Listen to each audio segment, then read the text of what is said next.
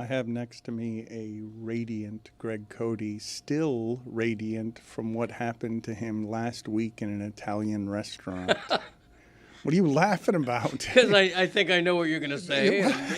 Well, go ahead and tell the people what happened to you, why it is you're so delighted. I like how he thinks he knows what you're going to say. Are there multiple, instances in an Italian restaurant last week? I may have mentioned it to him off the cuff. I don't know. I don't recall that. But, I live by small pleasures in life. To me, the quality of life is measured in not the major stuff, not the Europe vacations, but the little minutia.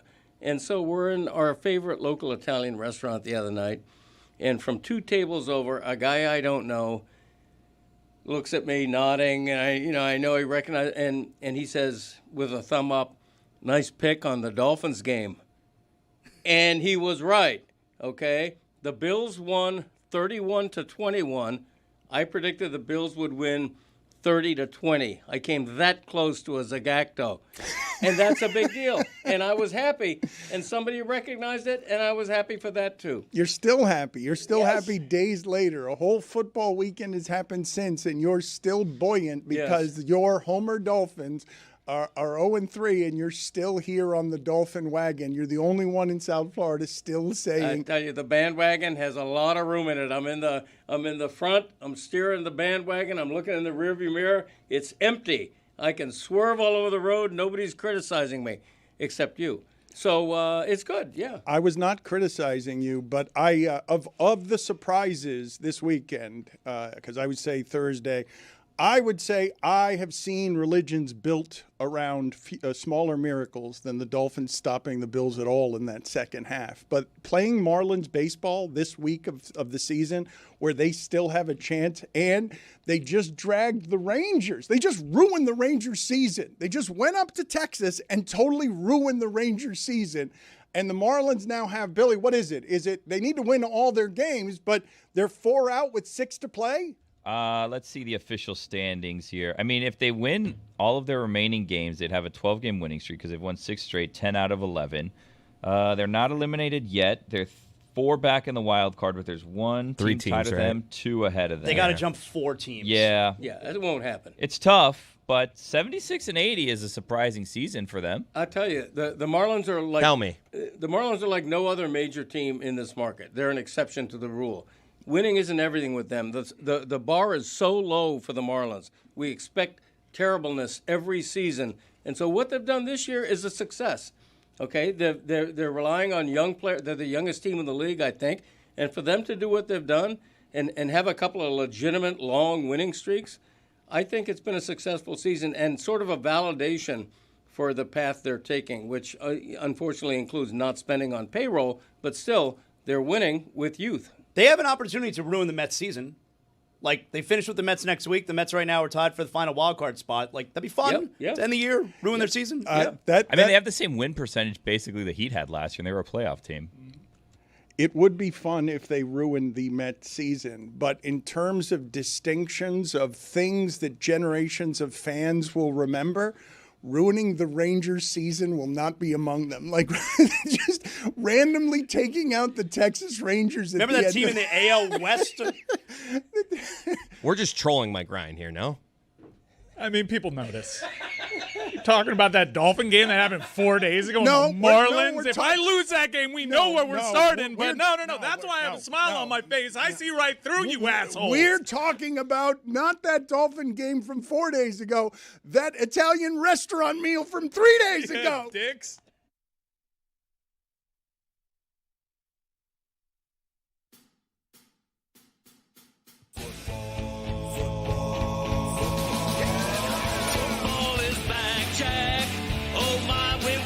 For so long, we're so damn excited that we put it in a song. Don't need no check downs, give me big hits and quarterbacks. Keep your fantasy team from falling off the track. Football is back, Jack.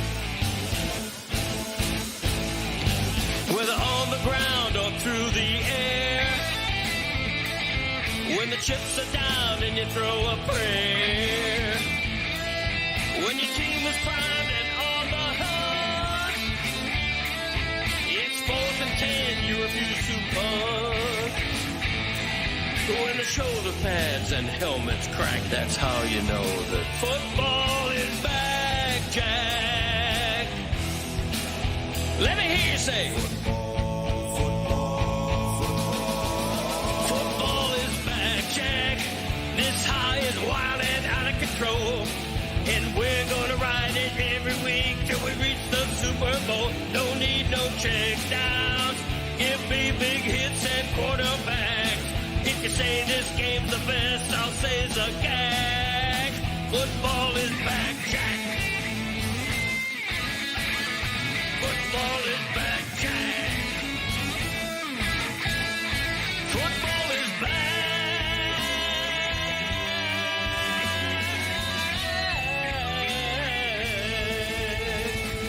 Football is back, Jack.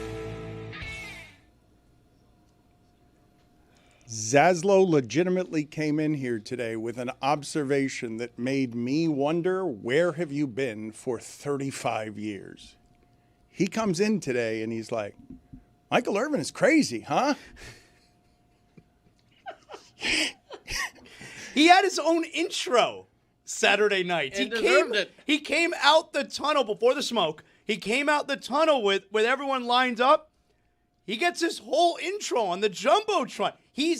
He loves Hurricanes. And not just Hurricanes football. Because remember, what was it? I think when the Canes were in the NIT final like 7-8 years ago, nobody loves anything the way Michael Irvin loves the University of Miami. Well, go ahead and put in the corner of the screen the jump cut of Michael Irvin's just general behavior during the game, because everyone should have former NFL alums that care about the school the way this guy did. I do remember when he was with the champion Dallas Cowboys, Michael Irvin would call his old dorm room number, just knowing a football player would pick up, and start yelling at them about how they were supposed to be playing football. He didn't even care who it is that was answering it.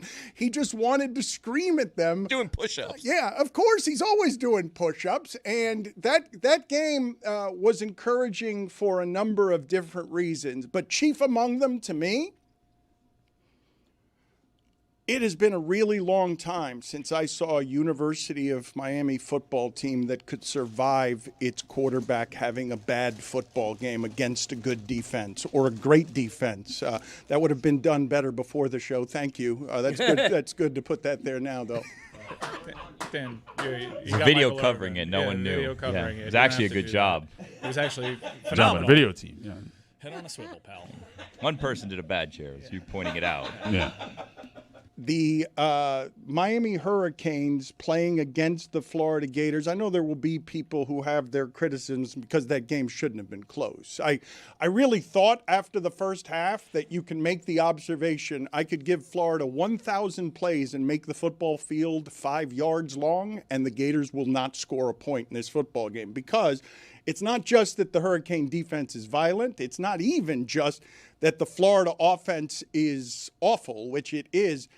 The thing that I'm seeing out of the Hurricane defense that I haven't seen in a good long time is the side-to-side speed that doesn't allow anybody to grab the corners on them, because they have a lot of speed on the field. So you saw the way that they can lose a football game this season, because Florida should not have been in any way in that football game. And I imagine, Mike, that you were shitting yourself when you're up 13-7 and the Gators are, inside the 35-yard line in the fourth quarter, and mystified, I imagine, at how that game was close. I'm not mystified. I thought that I was touting Florida's defense entering that game. I thought it would be tight early, and then Miami would pull away. And that's what happened. I was upset at the interception. First off, I thought Cormani McLean was excellent that game. I thought their corners were excellent on our receivers, but Cormani made a great play on that ball, and really wasn't so much the interception as to where the interception was. I'm like, that's probably the first time they crossed a 50.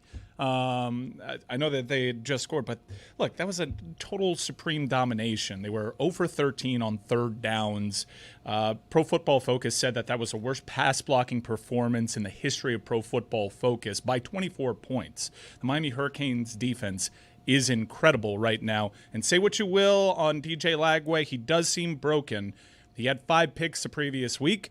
all 5 picks that he had were entirely his fault. 4 of the 5, he had good protection. This is not a bad Florida Gator offensive line. In fact, if you watch the content that PFF puts out there, is like, we still understand this Florida Gators offensive line to be good. Top end in the nation type of good. That's all about Ruben Bain. That's all about Akeem Mesidor. Players that were here last year but looked different. These guys have slimmed down. In Ruben Bain's case, he is healthy. He had a bit of a sophomore slump last year, and this year, honestly, there isn't a more dominant player in the country right now in terms of winning your individual assignment, play in, play out. He deserves Heisman. It was clear, given how he played his first year and how he's playing this year, that he was hurt last year, because that was not a regression. That was not a sophomore slump. That was somebody who didn't have his explosiveness, did not have his strength because he was hurt. And the Hurricanes have, I'm gonna say they've got at least 4 first-rounders that I can identify by sight. 2 of them on the offensive line. One of them not the center, who had, I believe, Brockemeyer had one of the worst games I've ever seen a center have. When do you ever notice the center? Mike was so mad throughout the game It's at amateur. the center. He was so mad. It's amateur, and the last 2 weeks, like, the opponent have found something on tape and being able to coax Miami into these procedural penalties. But I'm right there with Dan. Miami presently, I think, has 4 first-rounders. Markel Bell was never really talked about. He's like, if this guy meets his ceiling, he could so be strong. He's bigger than 6'9". everybody. He was a transfer, came over last year, and this is a testament to the development. Now, look, that is a body type that most offensive line coaches would dream of working with, but he was not at a big-time football school. Football relatively new to the young man. 6'9", put out dominant tape. This guy put himself in top 20 draft pick consideration. You got CeCe Mawanoa, you got Ruben Bain, of course, and Carson Beck, who was coming off a pretty bad game for him. He was off all night. I will say, how much did the rain, wet ball affect you him? were out there. Right? He hasn't played in good weather yet this season. No, he's played in a month-long monsoon. That was terrible. But I will say, like, there is a narrative online that, keep in mind, there's a young man that had a elbow surgery. There was a little less zip on some of those passes. I think that you could probably blame the weather a little bit, but I'm not too worried. How does Michael Irvin have the energy? I don't know. I wonder. Passion for the game? Let's do the Hampton Farms Nuttiest fan, because How are we gonna beat this guy? We've got some nominees. We've got Michael Irvin. There are a number of nominees locally. Chris Cody was very jealous of Mike Ryan this weekend because That's an understatement. Mike Ryan was tailgating with how many of the Panthers, the 2-time champion Panthers? Paul Maurice is going to join us here, champion coach, at some point during the show. Mike, how many of the Panthers were you tailgating with? 1, 2, 3, 4, 5. More than 5? Six players. 6 players and a couple of the staff. They were great. I should have been there. It's my wife's fault. We don't have to get into that. No, I don't want to. Why bring it up? Chris did get an invite. I got an invite. I Turn should me have down. been there, and I had plans. What'd your wife do? We had plans for months with friends. It was a fun time I had, but I hated life. I saw pictures coming in, and I hate life. And those are Nutty fans. They were having fun. Every video and picture I saw made me want to be there. But let's get to more nominees. It's the Nuttiest Fan, brought to you by Hampton Farms, the official snack nut of the tailgate. Vote for your favorite Nutty fan at Le Batard Show on Instagram. And keep an eye out for Lucy at Arkansas if you think you're your team's Nuttiest fan. Well, who are the nominees? We've got Michael Irvin. It's going to be hard to beat Michael Irvin. We got Mike and his crew partying with the Panthers. I just have to nominate them because of how jealous I am. And then we have 2 signs from game day. We have a Jonathan Zaslow special, which is Thai food. Look at that guy. Okay, so what happened there, Zaslow? You were doing part of your campus tour not on campus. You were doing, what are you laughing about, Cody? What's up? That somebody would hold a Thai food sign. Well, you know, they want to be part of the trend, the worldwide trend. Food. Now, granted, that does look like one of those signs that you can like keep erasing and updating for people. It's a I'll whiteboard. bet that was never erased, though. You do that in permanent marker. Those are the college game day signs. They hand those out. Okay. So they're All right, my sponsored by the Home Depot. Yeah. You He's gotta- going to have that for life, that guy. You got to elongate the word Thai, though, don't you? It has to be T-H-A-A-I. Could have been written better. Yeah, minimal effort on actually writing the Thai food sign. Don't but once, criticize that great fan. Thai food. That cannot win this competition just because he held up a sign. Sure it can. Wearing. It's up to the voters. None of those can win yet. Voter suppression. No, sounds Michael Probably Irvin. gonna win. How about that one? And Bangkok then, Pinka. and then we have this one. You guys are going to have to help me out with this one. It says pan con pinga y se acabó el pan, which means bread with dick, and we're all out of bread. That's right. That's what you're getting.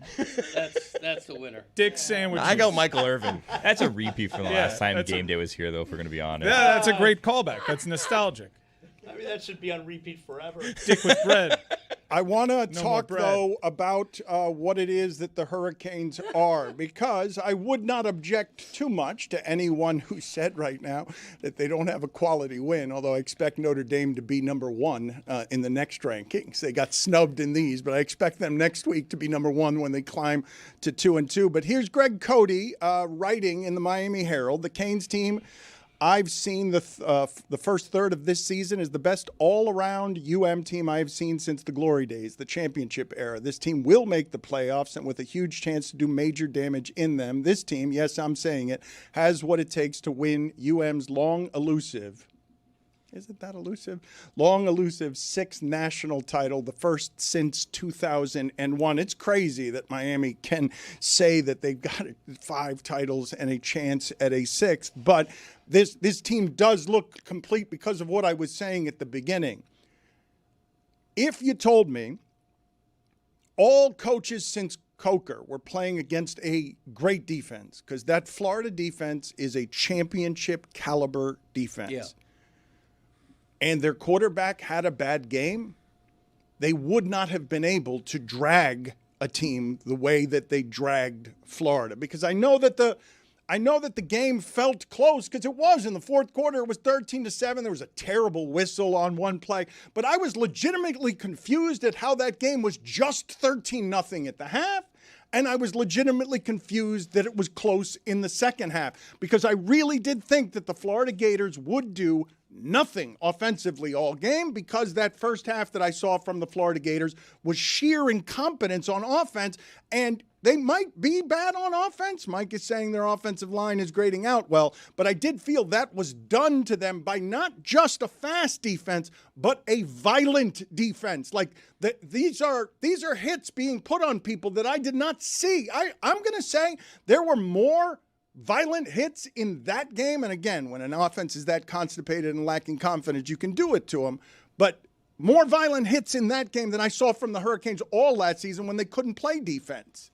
They had 32 yards of offense in that first half. I don't think they had a positive play until like their 5th play. So many 3-and-outs over there. I don't think they picked up their second, first down until late in the third quarter. Yeah, it was the second half for sure. I think Mario Cristobal deserves a lot of credit for fixing that defense. And that was honestly last year the worst defense I had ever seen wear Miami uniforms, and they wasted a championship-level offense. In previous years, I think Miami gets away from the run game and keeps trying to make the passing game. Hell, last year, I think they probably get more enamored with the idea of trying to get Cam Ward a Heisman.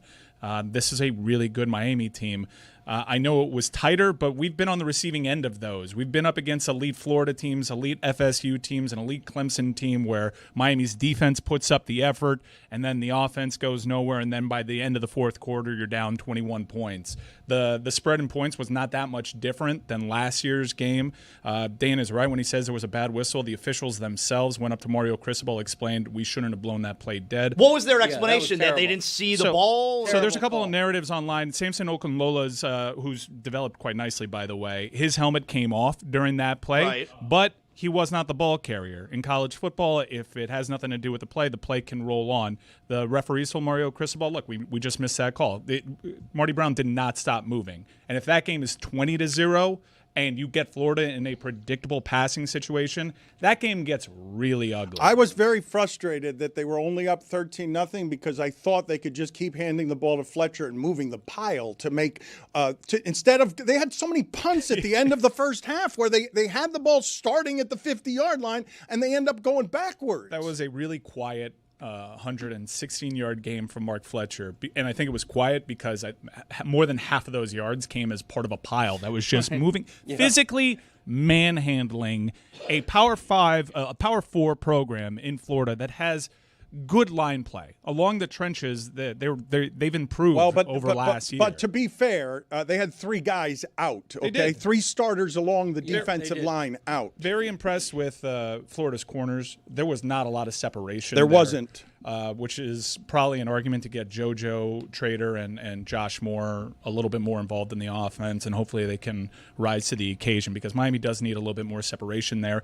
But there were some check down options available to Carson Beck. I kind of like that he was deep shot hunting. Something happened in that USF game where he realized I like my chances downfield. There were open check downs, and sometimes Carson just missed either low or a high, or in our tight end's case, they weren't ready for the ball at all. He was bad. He was bad. Carson Beck was bad in that game. His accuracy was way off. Yeah, I think he's afforded a bad game there. Usually, if your quarterback plays like that in a game like this, that's the recipe for the team pulling off an upset. And instead, we see a team kind of stay in, hang around, and you saw Miami step on that throat and salt the game away. They had a huge play by Marty Brown that was big for Carson Beck, that one-handed catch there. That's the stuff that breaks away for good championship teams.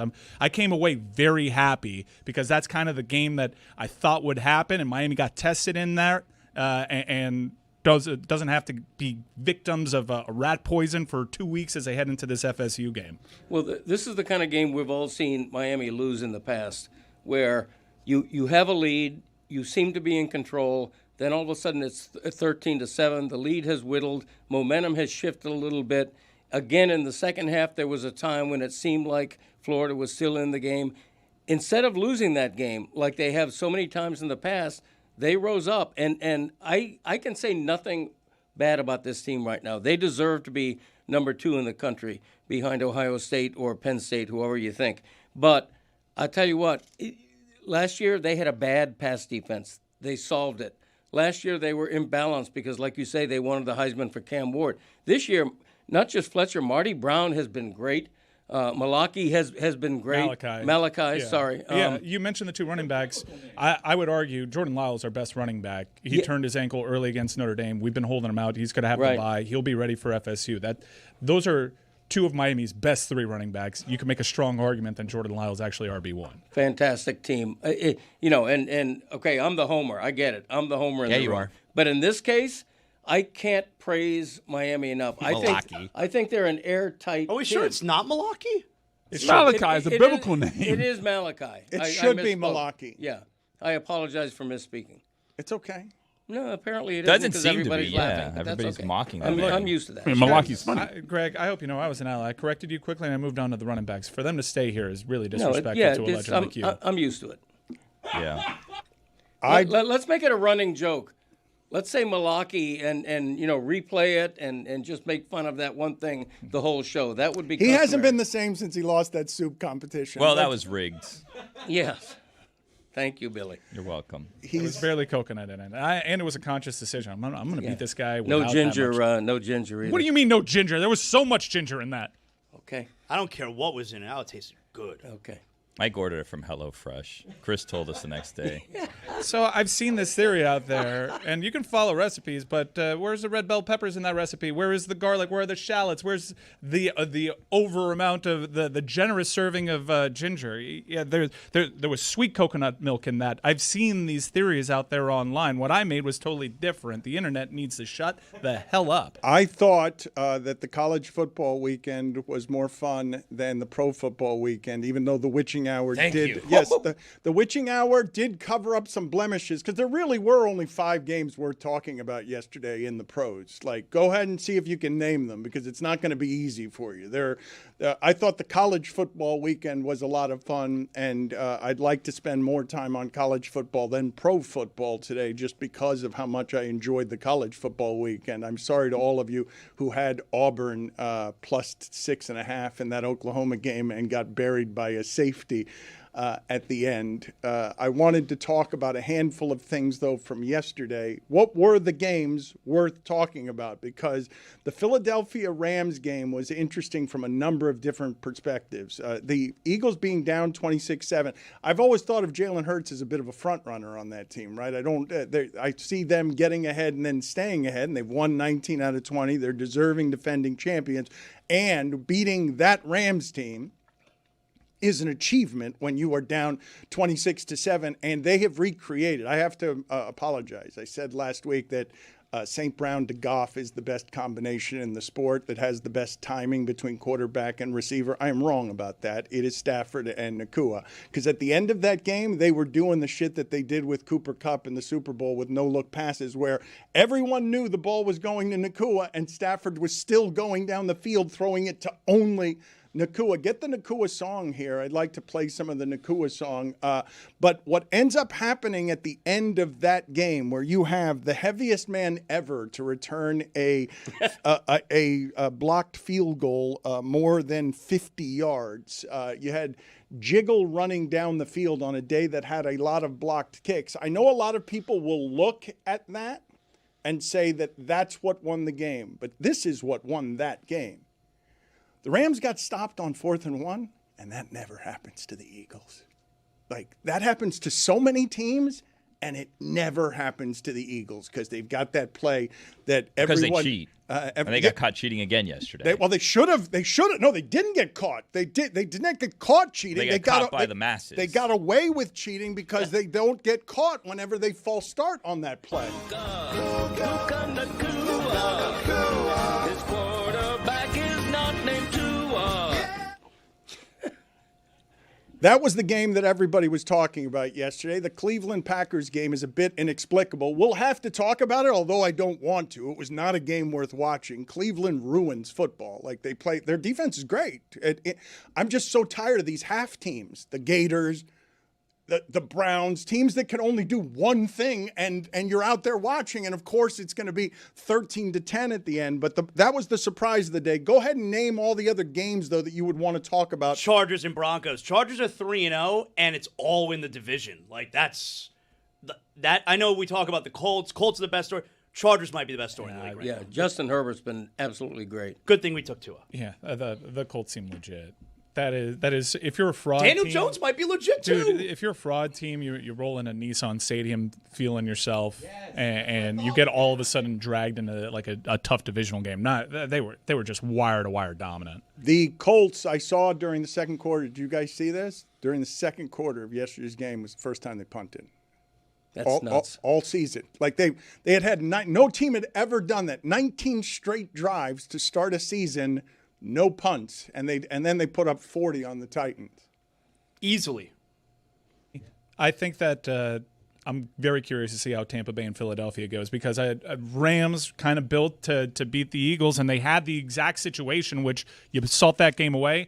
And I was very surprised at the Eagles' ability to come back in that game. I know exactly what they do when they have a lead, but what do they do when they're a couple scores out? They were really impressive. Jordan Davis showed exactly why he got Heisman chatter as a defensive player at Georgia. That is a big man, and that was a very back-breaking return for a touchdown that ruined a big-time SGP for your boy. I had Auburn, and I had the Rams this past weekend. That's hard times, Dan. It's hard times. I thought Philly coming back like that was the game of the week, mainly because I had picked the Eagles to win.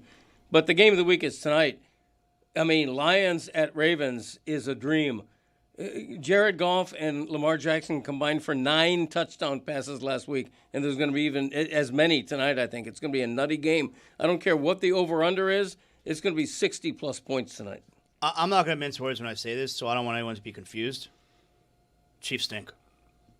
That team stinks. The offense, certainly. They constipated stink. offense. It was tough to watch. That first half was tough to watch. You mentioned Jordan Davis, though. That's a pretty firm 336 pounds. You would agree, right? We all love seeing a big man run down the field, but usually we like it to jiggle more than that. We don't like if that were running at you or towards you or even chasing you. That is that had more musculature on it than I'm used to seeing on a 336-pound person. He wasn't like that. Seemed relatively as fit as 336 pounds can be, and I would say that that's about as good a feeling as you can have in that sport, both blocking the kick and then returning it 50 yards in your home stadium with the ball when you're never supposed to have the ball at that side. I'm picturing the coaches being like, "Get down!" Get down! Yes, but the reason I will not say that was the best feeling you can have is because Isaiah Rodgers exists on the Minnesota Vikings. And so he has an 80-yard interception return. He has a 69-yard touchdown fumble caused, and he recovered it, and he ran the 69 yards with it, and he caused another fumble in that game. And I told you that even though the Bengals were 2-0, that their season is over. And I also told you, Greg, that you got inflated on the Atlanta Falcons just because they won at Minnesota when Minnesota had a quarterback who doesn't know how to play football yet in the pros, and they replaced him with Carson Wentz, and then all of a sudden they put up 40 points because Isaiah Rodgers exists. Yeah, and now Wentz has the start until otherwise notified.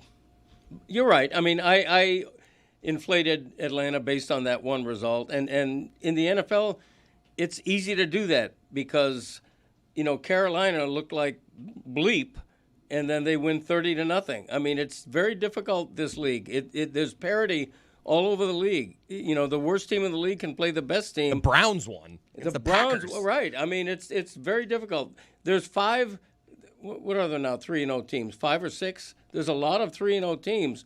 Some of them are going to end up 9-8. I mean, things happen in this league. 6 of them. 6. Yeah, that's a lot. Let me give you these Daniel Jones Colts stats. They've now scored 103 points in their first 3 games. No Colts team has ever done that. None of the Peyton Manning teams did. The 2025 Colts and 2007 Patriots.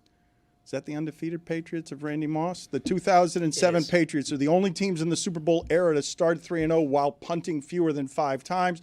And now the Colts have scored on 77% of their possessions, the most of any team after 3 games in 45 years.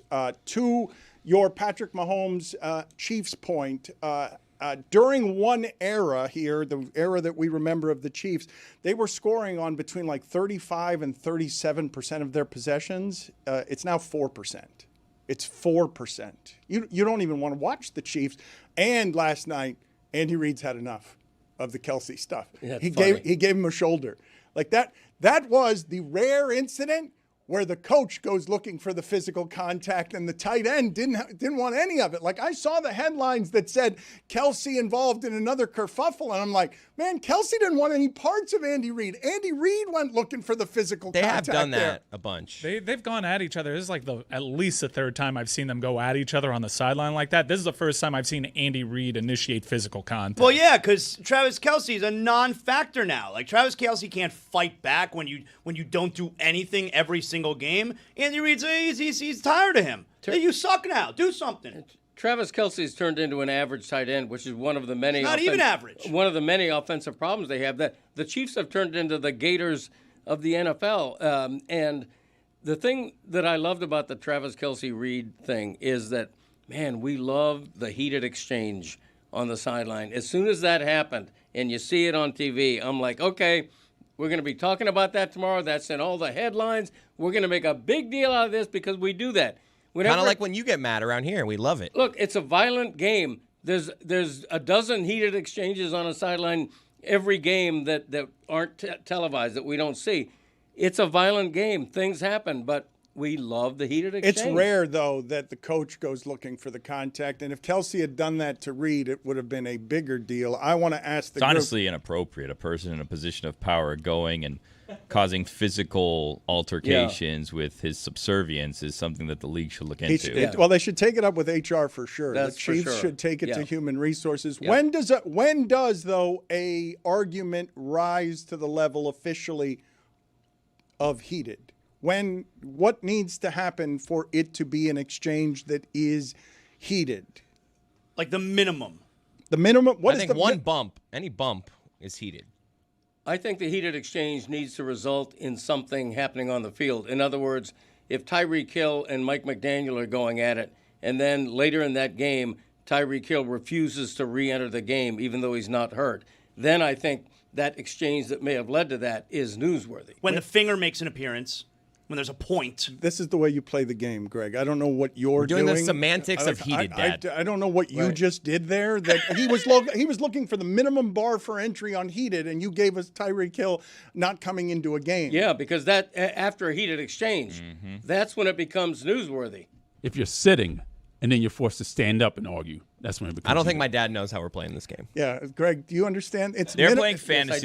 You're understand. giving real life Yeah. examples that are helpful. I answered it the way I answered it. Yeah. Yes, you did, Greg. That's not up You for said what you dispute. said. Yes, Yeah, it's true. You right. did answer it the way that you Can't answered. argue with that. There's no arguing with it. Thank you. Can we argue with the way that your father pronounces Malachi? Here we go. Here we go. Malaki. Here we go. Malaki. Okay, that's 2. I'm going to keep track. Give me that pen. I'm going to track. keep track of how many times during the show that airs. Okay, Malaki 3 so far. Okay. To be fair, The over-under is 7.5 on DraftKings. It would be best to use tallies, I think, for this one, Greg. You're going to have to keep scratching out the numbers. Yeah, you're right. I'm like a prisoner. I'm writing off the days. Here we go. so minimum barrier for entry on how an exchange Let's gets try it again. to heated. Roy offered a good example. If someone goes from sitting down to standing up, we're coming dangerously close to heated. Zaslow is right when he's saying if there's a finger being wagged or pointed. Okay. Those are the obvious answers. You want an obvious answer from me? you were going off the board. You want an obvious answer from me when it comes to a shove, okay? There's physical contact. said that already, Somebody physical shoves contact. somebody. Those are all obvious answers. Mine is extrapolation, okay? I'm saying what really matters is if that physical exchange, that heated exchange, shows an effect in the game. That's all that matters. Because otherwise, it's one of a million heated exchanges. Everybody the next day, predictably, is going to say, oh, it's no big deal. I'm downplaying that. No big deal, which is exactly what Reid did. But contact goes beyond heated, don't you think? No, not in the football context. Hell no. You don't think? Well, we've gone when there's contact, you've gone from heated to assault. You're in the region of assault. Like we were looking for just heated, just something that's getting hot. Well, Andy took it to assault, not Greg. Like, Andy's the one that made contact. Agreed. And by the way, I think the question that we're not asking that we all should be asking is, how's this going to impact the relationship between Taylor Swift and Travis Kelce? Because if we remember correctly, Taylor Swift's family has known Andy Reid for some time, much longer than she has known Travis Kelce. Her father used to know Andy Reid. So now we have a situation where family friends are beefing with fiancés. And I don't know whose side you take in this and where the family is going to stand in this situation and if this is something that the relationship can even survive. I agree with that. And did Andy Reid just lose his invitation to the wedding? I think that's If there is reasonable. still one. Yeah. That's fair. Yeah, it's a big controversy nobody's talking about. Off the top of your head, can you guys recall, just thinking out loud here because it's not something I've given any thought to, can you guys recall confrontations between a coach and a non-quarterback that are always happening? Because Kelce's level of stardom absolutely has something to do with this. Every coach in Antonio Brown. Usually the non-quarterbacks on the sidelines do not get into it repeatedly with the coach. They're not allowed to get into it with the head coach. And you saw what happened to Antonio Brown when he was doing it. They got rid of him.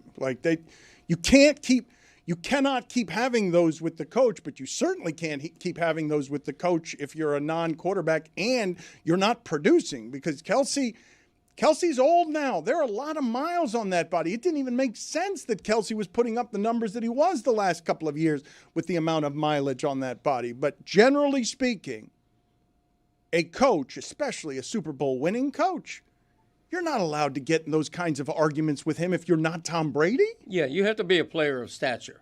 There's no question about that. You're never going to see the second team guard. Well, doing that. I've never seen a tight end do it, is what I'm saying. I'm saying the tight end never has a level of fame that he's allowed to do any of that can go to his head where he's always arguing with his head coach in public. I feel like it happened with Keyshawn, and then Gruden threw him off the team. Yeah. Wide receivers, it does happen. DeAndre Hopkins, Bill O'Brien had one. I think Richard Sherman had one before. I remember old NFL films footage of this happening to Parcells a couple of times. It didn't happen once with LT. Kevin Green got into a fight with his linebacker coach. Kevin Green. You guys think that Dan Quinn should have gone into the concussion protocol? He had a bloody nose. He was knocked down by Marcus Mariota. Marcus Mariota hit him on the sideline. And this, Are you guys always surprised the way that normal-sized human beings go flying when they're hit by players on the sideline? Normal-sized human beings go and they skid across the floor like it's a John Wick movie. They're being pulled by a rope when they get hit by these guys, and that's Mariota. That's not it's not Jordan Davis. I don't understand how someone can watch Jordan Davis do what he did and think that this game should be legal. That person has an unfair physical advantage. It's like watching Markel Bell at 6'9" moving a pile. It's just like I wanted to ask you about since we were talking about Bell. He's bigger than Bryant McKinney, correct? He looks bigger than everybody who's on the field with him. So I haven't seen them stand next to one another, but McKinney is one of the biggest human beings that ever. You worked with Bryant McKinney, right? Like it's not just a height thing. It is a shoulder thing with Bryant McKinney. Like he walks near you, the sun goes away. Markel Bell doesn't exactly quite have that. He's very tall. He's first guy of the bus energy off the bus energy for sure. But Bryant McKinney just like a filled out human being is bigger. I had McKinney on my show this week, and it was like looking in a mirror. He has a soda drinker's body in retirement. I remember when Dwight Freeney came to the Orange Bowl. I'm pretty sure Bryant McKinney never allowed a sack at the University of Miami, not even in practice. I'm pretty sure that stat is correct. That Practice how you play. But Dwight Freeney came into town as a first-round pick from Syracuse, and it was amazing seeing the size difference between them. And Freeney was trying to use his speed and kept getting stuck in McKinney's navel. McKinney just kept putting his arms out to here without holding him, and McKinney would just engulf Dwight Freeney. But now we have another one of those. We have two of those at tackle now. 2 first-rounders. Man, I had Saturday pretty close to being – if that Marty Brown touchdown holds up, that's probably the greatest day of my life. That tailgate.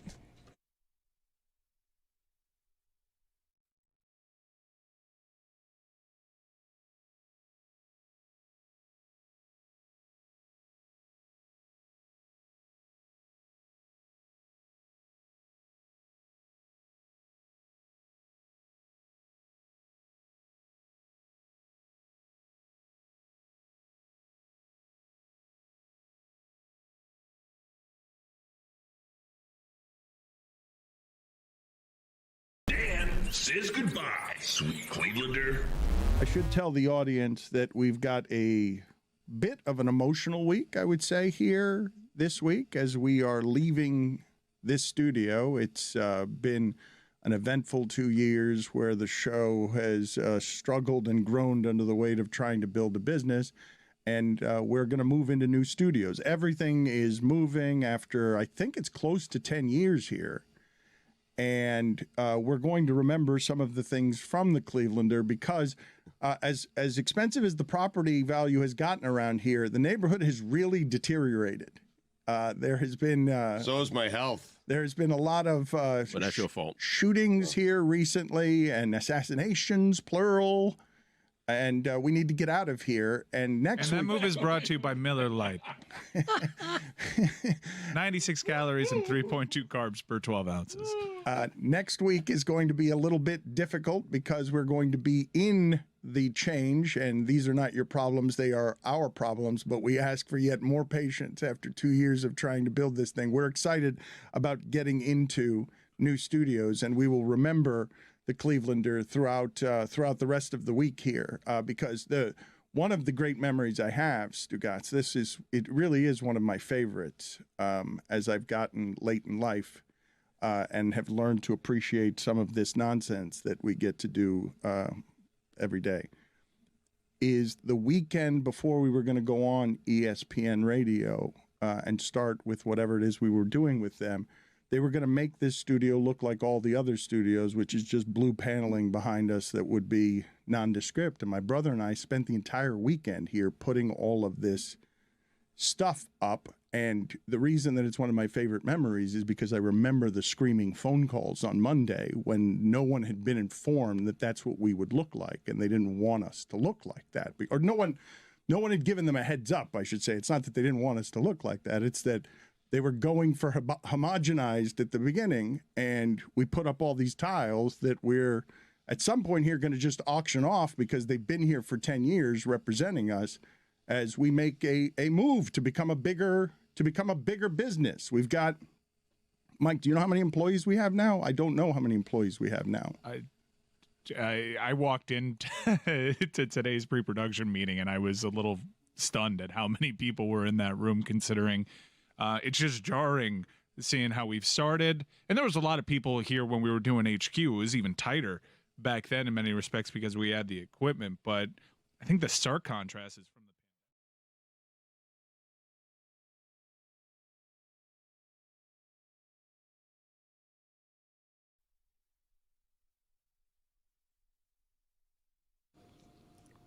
This episode of the Dan Le Batard Show with Stugotz is presented by DraftKings. DraftKings, the crown is yours. What happened there? How you feeling about that? Why'd you get all weird about that? What happened? Why'd you look to your right mid-sentence? Because the mic did not pick up when I started that. The mic was not on when I said this episode, and it threw me off. It was. It was. Don't worry about it. Everybody heard you. Because sometimes you get a countdown and it'll throw you Okay, off. all Don't right. worry about it. It threw me off. You did great. I don't know why so many people are piling on insane. you. You nailed that Bills-Dolphins Okay. game. Thank you very much, Mike. I should be used to it by now, but I'm not quite. It's okay. I'll get over it. The Patriots had 5 turnovers yesterday. I saw something that I don't often see in that game. Mike Vrabel, not late in the game, not in a desperate situation, 4th and 1 from his own 16-yard line went for it. 4th and 1 from his own 16. I still can't get used to some of this stuff. I know all of these coaches have gone crazy now when it comes to 4th and short. Most coaches, college and pro, now know that they were doing the math all wrong for, I don't know, a century before that. And now they all go for it. But 4th and 1 with the 16 is still nervous. Well, he's a crazy person. He said he was going to cut off his pecker. Like, the guy's insane. He's since walked that back. Well, he was the Titans coach back then. He said if they want, he would cut off his pecker in order to win a Super Bowl. And now with the Patriots, they had 5 turnovers yesterday. Aaron Rodgers ends up winning and going to 2-1, but the Steelers' offense didn't look particularly good. The Patriots were 4 for 4 on 4th down in that game right till the end when they needed the last 4th down conversion and did not get it. That's one of the 5 games I would mention is worth talking about yesterday. I reluctantly will throw Jacksonville and Houston in there. Houston is the lowest scoring offense in the sport. How crazy is that? CJ Stroud sucks, huh? Get that team off televisions everywhere. I cannot watch this team. They are so unpleasant. I get angry watching them because I do believe them to have talent, and maybe I should forget what C.J. Stroud did as a rookie. We were all on his tip. He's not that good. Whoa. That's a breakdown you're not getting on Get Up. Yeah. He's talking about a pecker. Getting up? Whoa. I mean, they have some talent, right? That's a bad The organization. Jags were man. trying to lose that game. They had 5 drops in the game. The Jags do everything wrong at the end of games. Everything. I saw that game on the schedule. I was like, no, don't do this to us. They play twice. Were you actually looking at the rundown I was so for mad. week 3 and you come up with Houston and so Jags mad. like, no. Why is this game? This game is an affront to football. Get this off.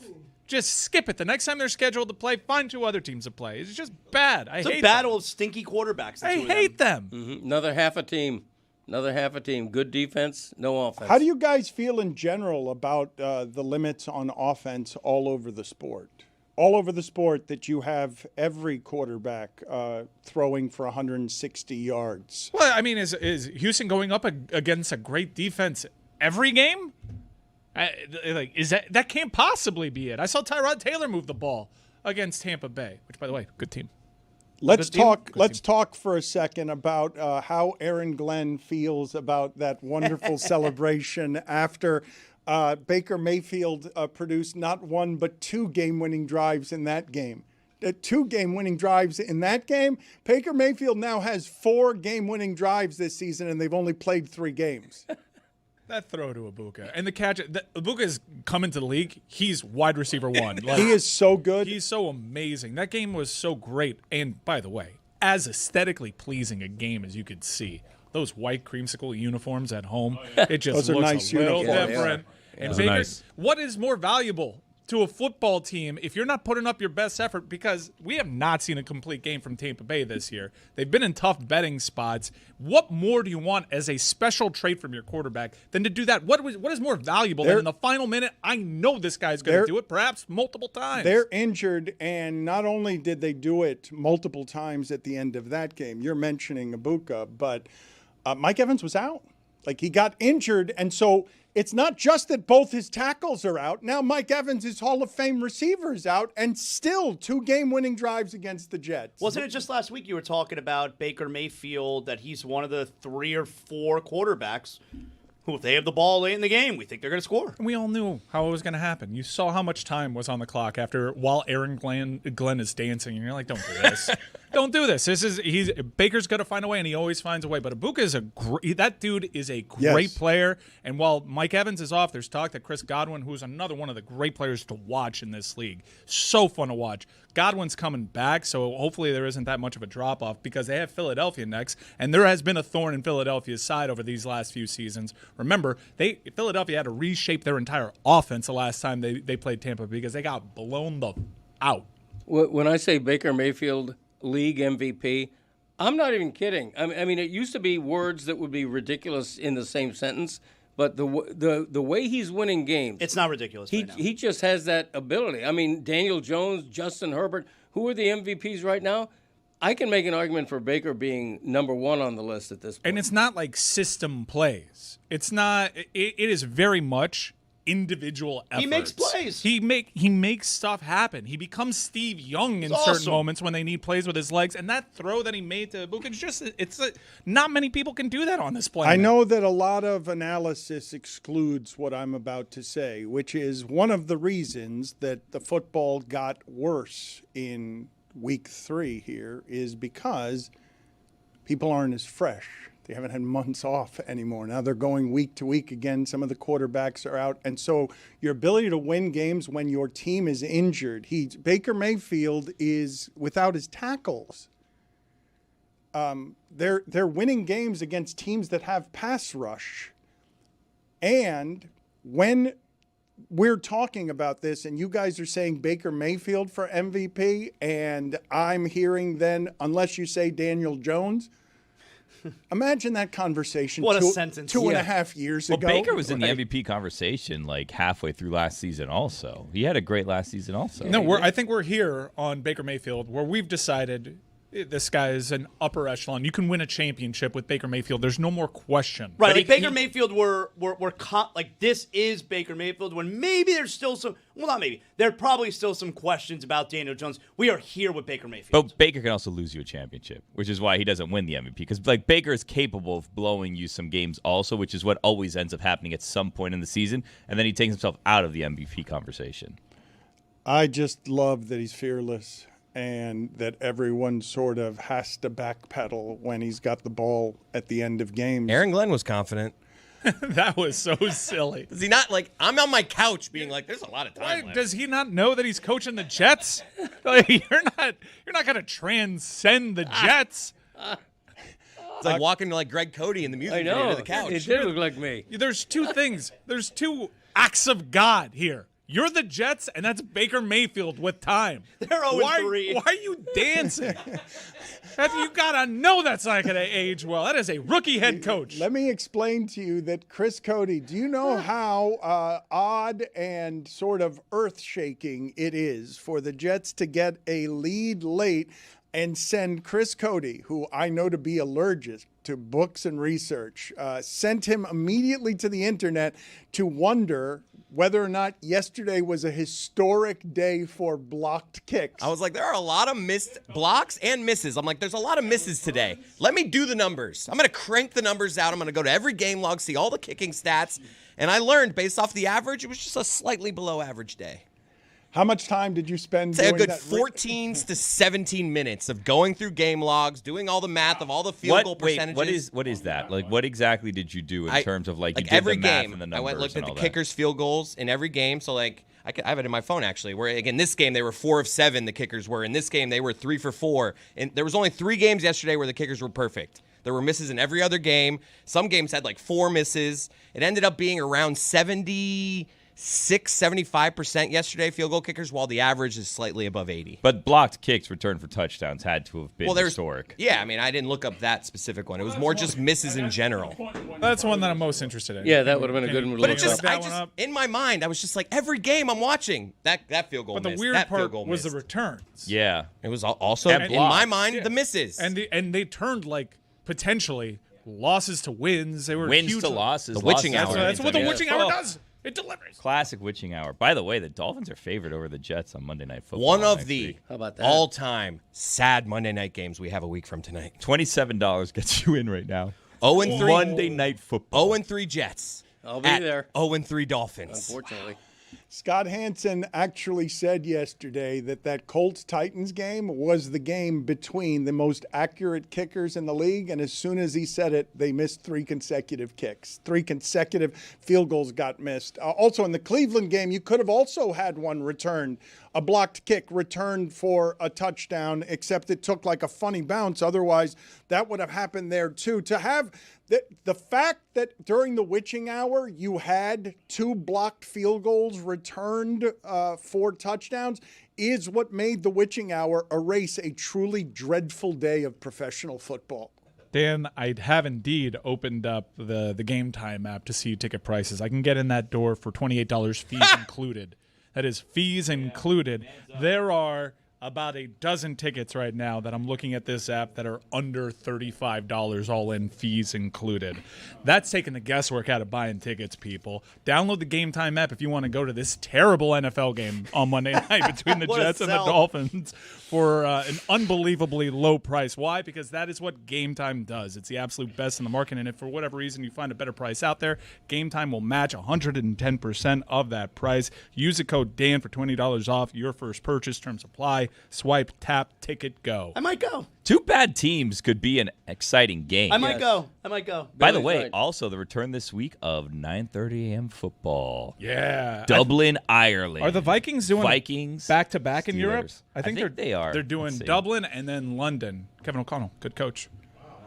I want to talk about some college football here, and I'd like to know from the group here what you guys believe to be the biggest story from the weekend. The first thing I'm going to do here is play some old Dabo Swinney sound, not just the sound from last week, but the famous sound from last year where he was taking calls from a sports radio station, and he got mad at some caller The Dabo Swinney Show. named Tyler. I started as the lowest paid coach in this freaking business, and I'm where I am because I've worked my ass off every single day. And I ain't going to let some smart-ass kid get on this phone and create this stuff. So if you got a problem with that, I don't care. I work for the Board of Trustees, the President, and the AD. And if they're tired of me leaving this program, all they got to do is let me know. I'll go somewhere else where there is an appreciation. Am I perfect? No. He wants to be fired. And I am a man of faith. Absolutely. I'm 53 years old. And there ain't one thing in my life. I've been a part of failure many times, but there ain't one thing in my life that I've ever failed at, Tyler. Never. Right? I wanted to get an education. I got 2 degrees. I wanted to be the first college in my graduate with my family. I did it. I wanted to play football in Alabama. I earned scholarship, led in 3 years. Worked my ass off. Won a national championship. I wanted to get into coaching. I worked my way to being a head coach. And when I got this job, and I'm sure you didn't want me to get this job, 15 years later, I'm still here, and I think the results are what they are, and I stand on them. So you don't ever have to call back, Tyler. Wow. Braggart. Well, he's pretty arrogant. I also imagine that whenever he argues with his wife, he also gives his age and asks her to fire him. Like, This is becoming a move. You can get a divorce if you want. Look, I'm 53 years old. Okay, I got plenty of time. You can take half my stuff. The buyout's only going down. Let's play the sound from last week, because I suspect after losing to Syracuse, we will get some of that arrogance deflated right out of him in tone, temper, and tenor. But let's play the sound from last week of Dabo Swinney also being hugely arrogant while he's to buy you lecturing time, people. I can provide the framework for the audience that I guarantee you he will invoke. He can be fired at any time, and that he's still got plenty of time to get fired and go somewhere else and win. I've been backing up Dabo consistently throughout all of these because he turned that program around, but that was a really bad loss that he had to Syracuse. If they want me gone, if they tired of winning, they can send me on the way, because that's all we've done is win. So if they tired of winning, we've won this league 8 out of the last 10 years. Is that not good? I'm just asking. Is that good? I don't know if that's good or not. To win your league 8 out of 10 years, to go to the playoffs 7 out of 10 years, to be in 4 national championships, win it twice. Yeah, we're a little down right now. Take your shots, but I got a long memory, in case y'all don't know. We'll be all right. We'll bounce back. This is a program built to last. Always has been. Always will be. And I would just say, if you give up on us if you don't believe in us because we've lost 2 games down to the last straight and you didn't believe in us anyway, so it don't matter. You wasn't all in anyway. If you're all in, you burn the ships, man. There ain't no exit strategy. Like, you're freaking all in. And hey, listen, I mean, if Clemson's tired of winning, they send me on my way, but I'm gonna go somewhere else and coach. I ain't going to the beach. Hell, I'm 55. I got a long way to go. Y'all gonna have to deal with me for a while.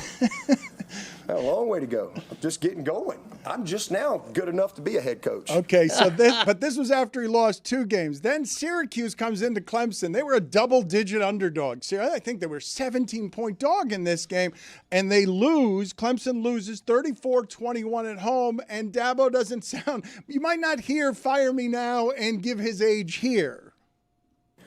But why are we held to a different standard from all these other teams out there who ain't ever won nothing? We're not perfect, and we may suck this year. We may lay a freaking egg and go 6-6. You'd be lucky you get 6-6. I think Dabo's realized that the best job isn't coaching college football; it's being fired from coaching college football. I mean, where is Jimbo Fisher right now? Is he still making? Did you run into him on your campus tour? Jimbo's out there working for ACC Network. Nah, I didn't see him.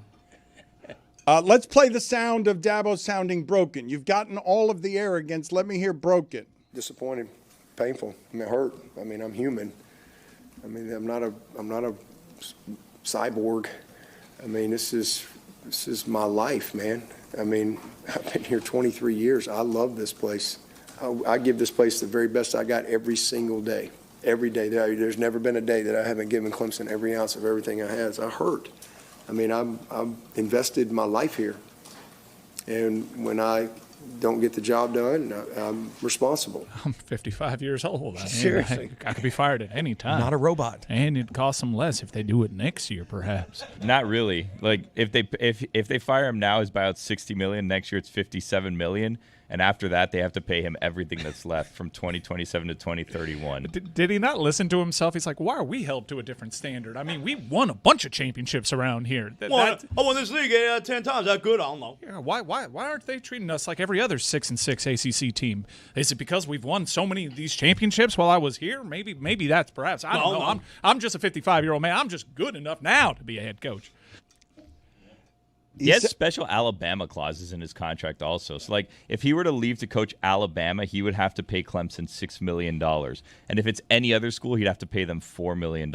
And every single year there's clauses like that, and it's only Alabama that's higher than every other school in the country. So when they signed him to this 10-year deal in 2021, they were really afraid of him leaving to go to Alabama when Saban left. And now they want to get rid. Now they're hoping Alabama fires their coach and hires him so that he has to pay them instead of the other way around. You can't run down that hill the way he does and then lose 34-21 to Syracuse. Put it on the poll at Le Batard Show. Can you run down the hill the way Dabo does and then lose 34-21 to Syracuse? I do want some college football observations from you guys, especially from Zaslow, who's a college football expert and was part of ESPN Radio's coverage all week, and want Mike Ryan's thoughts on game day as well. Texas Tech looked awfully impressive to me, and somehow their backup quarterback, Will Hammond, is better than their starter, Morton, because he came into the game and they all of a sudden started dragging Utah. But the game for me that I enjoyed most this weekend, by the way, Belichick quietly lost to UCF 34-9 this weekend. He lost to Ja'Cory Brown, former Miami third-string quarterback. Dan, to your Texas Tech point, they spent so much money this offseason on that defense. And on College Game Day, they did a breakdown of what this defense does. You got D tackles holding guys up with one hand, just kind of pushing them away so they can make a tackle with the other arm. They got Romello Height from Georgia Tech, who appears to be a mercenary and a good one. Texas Tech, that's a team that spent a lot of money and it seems to be working out for them.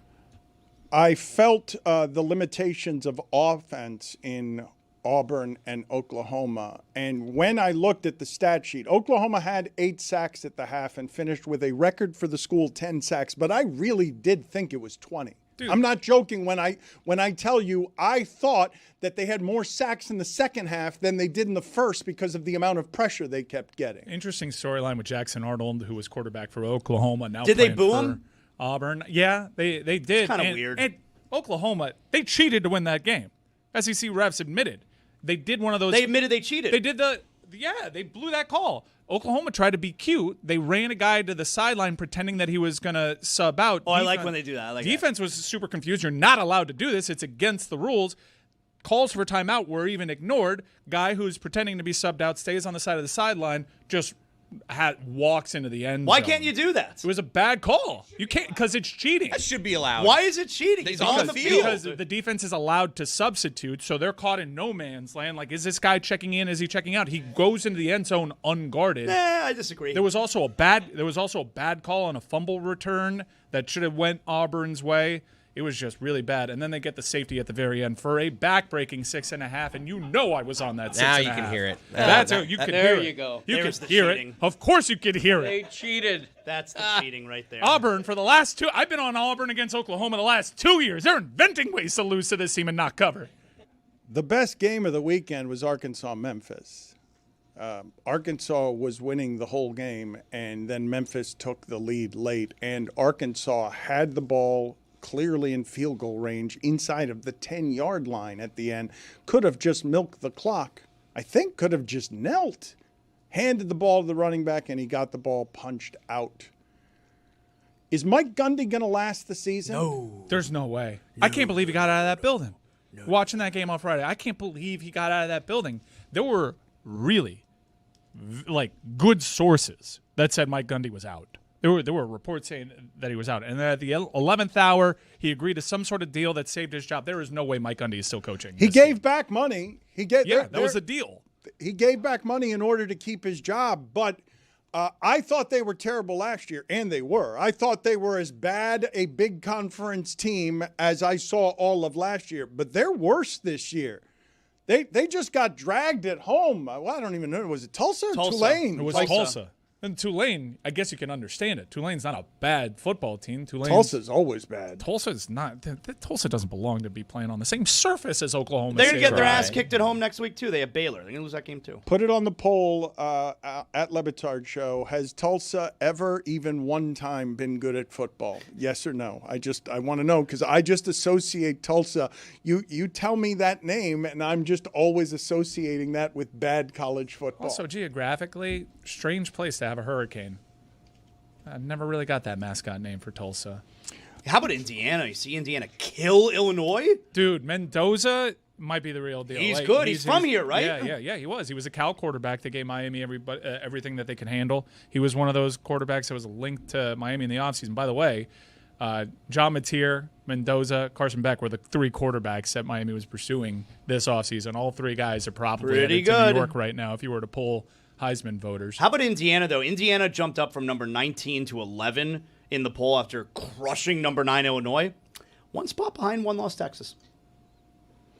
That's Indiana. Look at Indiana's schedule, because they always find a way to get these sweetheart schedules. They'll have some tough conference tests, but to do that to a top 10 team, it seems like Cignetti is going to be in that conversation, that playoff conversation. They've already shown that a Big Ten team, that TCB's like that. They don't need to play anybody non-conference, and that's what he's banking on. What do you guys think of this Paul Feinbaum quote on Dabo? It's time for him to do one of two things. It's either consider another school, and I think he is hireable if he quits talking, or just get away from football and become a TV guy. He's very funny. He'd be very glib. He's got more credentials than any other non-TV coach out there. Of the people that could leave coaching and go into TV, he would be very coveted. There's another solution.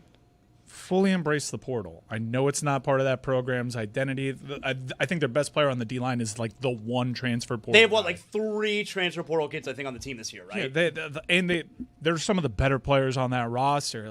Why can't he just adjust? Just give yourself over to where college football is and stop thinking that you have all the answers. He very clearly thinks that he does have all the answers from his program's built built to last.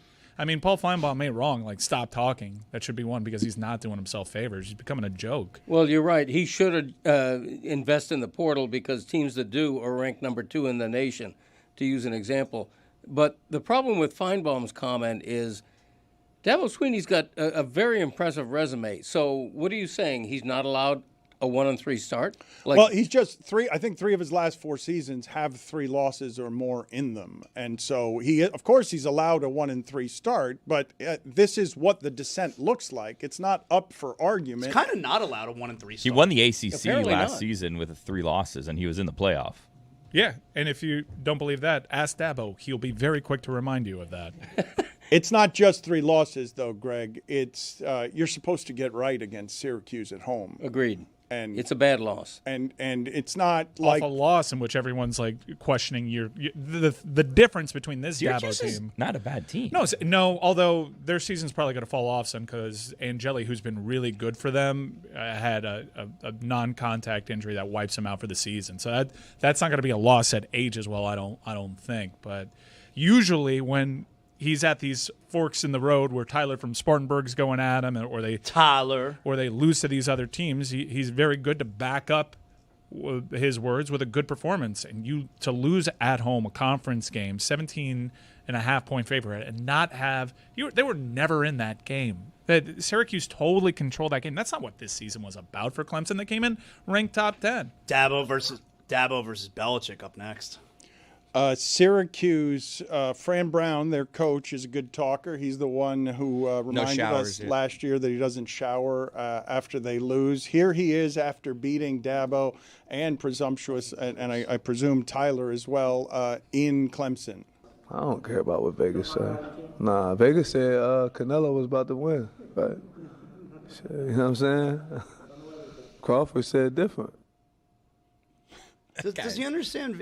Vegas is not like a prediction. That's not what it is. No, man. they try to get action. Vegas said different. It's not a prediction. That's right. Vegas said different. Zaslow, how was your time with Mike Ryan tailgating and as part of the ESPN radio campus tour? I understand that Willis McGahee was wandering He had a good around. time. The yammering and yelling into the sky, fueled by whatever it is that he was enjoying in terms of liquid. He made one of our videos for ESPN Radio unusable. Let's just put it that way. Willis was having a good time, though. Good for him. We had a great time tailgating. I mean, like Mike said, we had a bunch of Florida Panthers who were hanging out with us.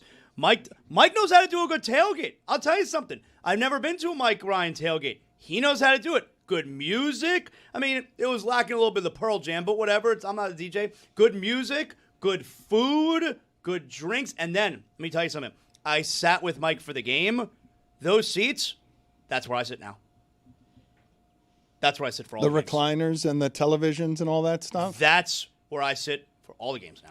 Okay, you mentioned that, but you didn't give me any further details on what Big, comfortable seats, lots of leg room. Sometimes I like to, I want to, spread out a little bit. I want to be comfortable. I can stand when I want. I can sit when I want. Drinks flowing. There's food. You got the TVs right there. What a great. That's where I sit now. You mentioned that. Wait a minute. Are you a golden cane like Mike, or? I mean, no. Yeah. I don't get involved in that minutia. I'm just telling you, that's where I sit. It's for someone else to figure out. But Zaslow walks into that barn, that's where he sits. Michigan won at Nebraska this weekend. What's the name of their interim coach? Biff something? Bogey? Their interim coach. How was he going to celebrate after it is that they beat Nebraska? And Matt Rule, host of the House Rules podcast. What are you going to do tonight to celebrate? I'm going to eat some Haagen-Dazs coffee ice cream with my wife and smoke a Cuban cigar and then probably go to the hospital. I love that last part. He was also great on game day. Saban was interviewing him. He's like, I remember when you were down there at St. Francis paying players. He's like, I learned that from you, coach. When he's at the hospitals at the end of the night, he's like, this is a great night. Yes. Let's play it again. Yes, ice cream and cigars in the hospital. That's a good night. That's a good night. What are you going to do tonight to celebrate? I'm going to eat some Haagen-Dazs coffee ice cream with my wife and smoke a Cuban cigar and then probably go to the hospital. Cigar. He's high-fiving the nurses, you know. Like, Probably go to the hospital. Smoking a cigar in the hospital, that guy. By the way, Nebraska, don't be afraid to win one of these. Mike, how was the game day experience? So I heard from a lot of people at ESPN. They're like, "Man, this is better than 2017." I didn't think so. I think 2017 had, just by volume, more people there, and it also happened later in the season, so the weather was better. Shout out to all those kids that were there. It was a hot one. Florida, South Florida in particular, especially with a bunch of students from the Northeast. Not exactly a hockey town. Matthew Tkachuk, clearly hindered by this injury, did his best to get the people there, but it was all about the moment with Pat McAfee in the Speedo going off the diving board. I think overall it was just a great weekend for the University of Miami. Shout out to that athletics department, Joe Echeverria, the president, Kim Gorby, the SID. Cristobal came off great in his interviews. The campus looked beautiful on television. It looked like a place you wanted to be. And then it's not the prettiest game, but Miami TCB's and looks physically dominant against an in-state rival. Just pretty much ends a Billy Napier experience at Florida and looks a certain way. Looks like a legit contender. And on a neutral field, I'd concede to the champs. I think that Ohio State is better than Miami, probably a little bit more experience, more depth. Certainly. Miami's got to stay healthy. But the neutral field this year in the national title game is in Miami. Isn't quarterfinals also here, right?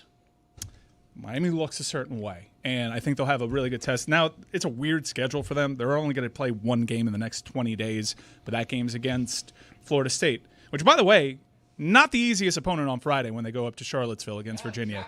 That team can move the ball. I don't think it's going to be a low-scoring one, but I think FSU in this game might fortify some things that will get them feeling good about their offense, but won't exactly be where they can win this game because Miami's going to give you a different energy along those trenches. As a Canes fan, you want FSU to beat Virginia, though, right? I do, but hey, don't overlook the Who's. Don't overlook Chandler Morris. They can move the ball. A couple of things I do want to say, though. I've known Mario Cristobal, since he was an offensive lineman in college, and I've told you that his brother's a good deal more intense and menacing, his older brother is, than he is. Mario Cristobal works extraordinarily hard and is usually soaked in an inordinate amount of stress. The way that he is presently carrying himself in interviews is as a man who is really confident in the players that he has. Lane Kiffin told us when that group of men were coaching in Alabama that they would walk onto the field and just know that they had the bigger, stronger, faster players every single time that they were walking onto the football field. Cristobal has had some of that stress pour off of him in these interviews where he doesn't seem nearly as much under duress. I noticed it too. He was really kind to me. He gave me a lot of time over the weekend as well for ESPN, and obviously it has a lot to do with the current state of the program. I mean, he was really nice and really forthcoming with me. It's Mario Cristobal go on any show but this one, it seems, huh? Greg Cody twice, Zazo for an extended period of time. You know what? Mario is so confident in his team right now, he can't even convey publicly what he thinks of his team. It's one of those situations where he has to be careful what he says publicly because I just think he's supremely confident. I think before the Notre Dame game, he knew he was going to win. I think before the South Florida game, he knew he was going to win easily. He can't say that, but I've never seen him so confident in the roster he has. Would you agree, Mike? Teams with this type of advantage along the trenches, they're going to be in every game. You're not going to blow out a team with that offensive line, and now you can add the defensive line. We kind of said this last year. You don't blow out teams with that offensive line. Miami, to their credit, lost 2 games by a combined 9 points. We're in every game. It's different this year. You know they're not going to abandon the run game like they have last year. They blew the Syracuse game, which they were leading 21-0, and they were running at 7 yards a clip, and they were still chasing awards and whatnot. They couldn't break themselves because they were so desperate down here for 20 years to get a quarterback that looked like Cam Ward. Once you had the toy, your identity was Cam's going to figure it out. Cam's going to save us. That's not the identity here. Carson Beck, I don't have it today. Let's hand it to Mark Fletcher. He'll get hit at the line of scrimmage 3 yards in, and then that line of scrimmage will then move 7 more yards because everybody in mass is just going to physically dominate the opponent. Now, granted, the Florida defensive line was depleted by injury a little bit, but I don't think I've ever seen a UM offensive line physically play that well against a good defense. It was just UM is so complete all over the field right now. I just don't see a weakness other than what you mentioned, depth. But if they're starting 24 are healthy, they're as good as anybody in the country other than OSU. Speaking, starting 24? Punter and kicker. Pretty important. Yeah. Okay. Chris did the research this weekend. Yeah, in fact, this is a little bit delayed, but... Yo, chicken time. I don't believe it was 15 minutes of research. You don't actually do 15 minutes of research on anything. Why don't you look up somebody who does the return? Are the Kings? Are the Kings peaking too soon? Some are asking number 2 this early. Setting up a disappointment. The photo that shows every game and the makes and misses in every game. Speaking of confidence, in the history of sports media people, how many are there who could pull off what McAfee did this weekend? Give me the names of the people who do that stuff. The game day experience, it's hard to transition from Lee Corso to something that is younger and has more energy, but him upping the ante on $100,000, $200,000, $300,000, $500,000 field goal kicks, and then pathetic kicks this weekend. I mean, that is life-changing really money for you and your boys, and he gave you a second chance, Pathetic. and you can bank it in. You know, it's legit. Like, a lot of people just assume, like, ESPN takes care of Pat on the back end. No, he makes these spur-of-the-moment decisions, and he's the one that fronts the money. He's got on that game, I think that's the best version of Pat McAfee. I really do. He leans into what makes that show special. See him feeding Saban the Gator sandwich. He got Nick Saban on camera to take bites out of a huge sandwich. And for Pat McAfee to pull off that big moment at the end and make it feel big when David Pollack did that in 2017. Jenna Sims did that earlier in the show, and it still felt bigger because of the personality and just the general star power that Pat McAfee has. He's a star. Everyone was following him around on game day. Like the crowds of people wherever he would walk to, if he was switching stages, if he was going over to the field goal contest. Like he had crowds of people following him. Everyone had their phones out. Where's Pat? Where's Pat? Like that guy commands a crowd. I did get to speak to Chucky, though. If Chucky wasn't fresh off of surgery, Chucky would have been right there up there with him, jumping off that thing. This guy was tough. They had that conversation. That would have been a look. That would have been a look. I'm out for 2 months.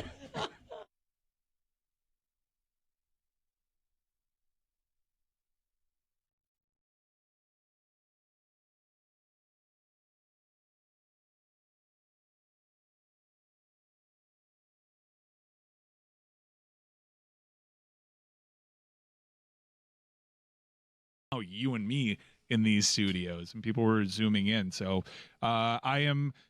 maybe I'll have fonder memories when we get out of here, and I'll look back on some of the stuff that we did here and created here fondly, but I cannot wait to get out of this godforsaken building, all thanks to Miller Lite. Just 3.2 carbs per 12 ounces. Winner of 3 World Beer Cups. They don't just give those things away. You have said that this place is haunted. You have come in hot from L.A. talking way too much about sponsorships and deals. We are moving. This is a growing business, and part that you left out was the answer to my question. How many employees do we have? I don't know. A lot. Yeah, I don't know. Because there's a difference between full-time employees and part-time employees, but in terms of like people that are here, It seems like 87. It's not here, but it's not just here. But it's a lot of people. It's much more than what's on air as we try to get up a video. You would think the show would be a lot better. You really would. But it's only gotten worse. Well, the solution to everything is hire more people, and then all it happens is more problems. Well, is what I've again, noticed. Again, the deterioration of everybody's health. Yes, that's part of what's hanging over happening. this show. So, do you have a top 5 nostalgic, syrupy memories instead of hauntings? Let's do some top 5 lists to celebrate our time here. 8 to 10 years, so Stugotz can be nostalgic, so that Roy can be nostalgic. It's been 8 to 10 years for everybody else. It's been 20 to 30 for Stu. Yeah, it has. It All really in has. space, by the way. Yep. Billy can get emotional here. Teach the I young don't want to ones. leave. I revealed so that not today true. in the Liar. garage. Billy said that to me. Yeah, I was having a heater in the garage. He was talking to Cougs upstairs in the garage. I was walking down. Who's Cougs? Cougs. Oh, you know. Do you not want Come on, to? Do you not want to? I am more worried about them finding a body underneath your desk than I am in Maurice. I have a plastic container. I have to take all this stuff today, I was told. So That's why you don't want to leave, because you got to clean up. I like it here. I mean, downtown floods. I don't know if we're supposed to say we're going to downtown, but it floods there, and anytime it rains, I'm gonna have to get a boat or a kayak to get from my car. Is the Judd Apatow sock puppet still over there? No, I think one of the dancers took that. To be clear, we have a day and a time of great hope, and you're already fearing change. You're It's already not fear, as I'm comfortable here. This place is fine to me. Billy's Fear is brought to you by Miller Lite.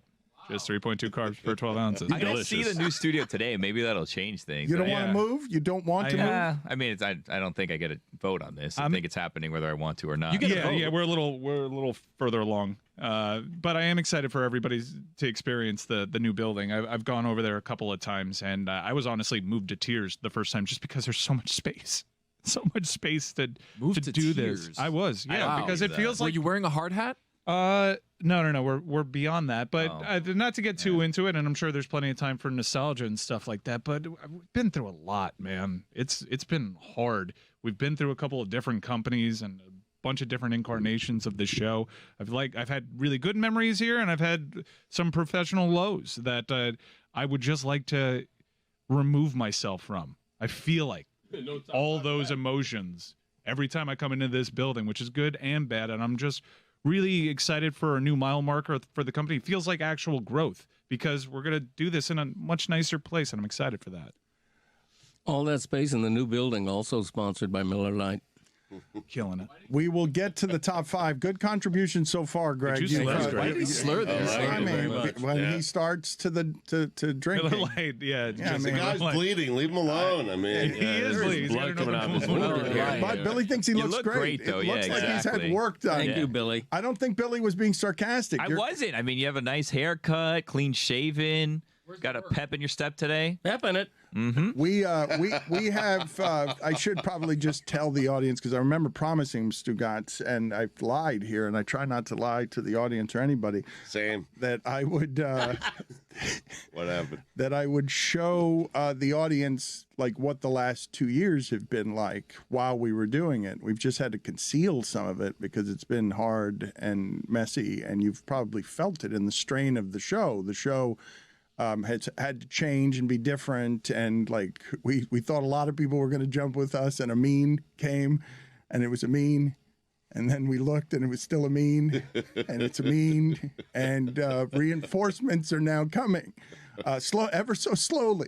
Heroic Pablo What's Torre he doing? running. By the I don't way? know. Yeah. Just Yeah, help moving slowly. Jesus Christ! Planting something. Did he get the memo of the unlimited PTO that everybody takes around here? But this, yes. Where is he? That was in retrospect, as a company policy, it's delightful. I like it spiritually, but it hurts.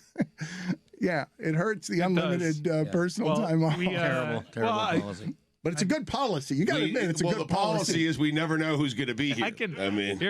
He's a surprise in that sense. I can answer the questions on where's Pablo, but there's a lot that goes into this move, and if you haven't been able to tell already, Dan will be making excuses on the front end for the dip in quality.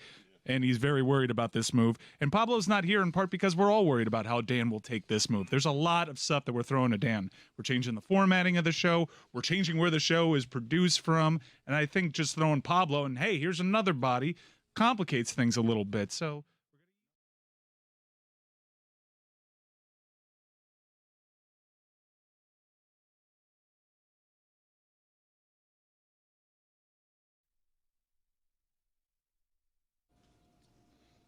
Two-time Stanley Cup champion Paul Maurice will be joining us here in a few minutes. That bore.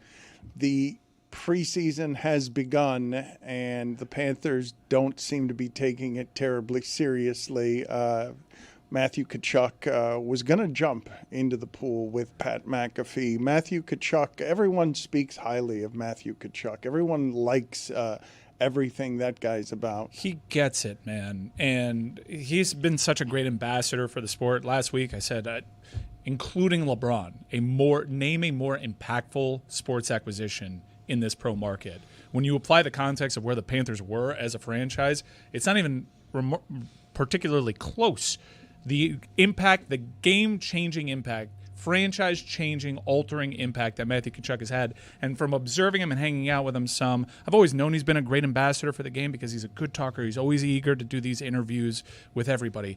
But to see fans, Miami's an event town. Miami still has a long way to go in terms of being a hockey market. There are a lot of people that are going up to him just curious, what is this big hoopla? And every child that goes up to him, it's not just a pat on the head and a picture that would make somebody's day. It's a sit-down conversation. Make sure I give you my time. He was happy to talk to everyone. The guy knows. He just gets it. What a great ambassador for South Florida sport. He's the first ever hockey player to make picks on College game day. He's a star. His play deserves being a star.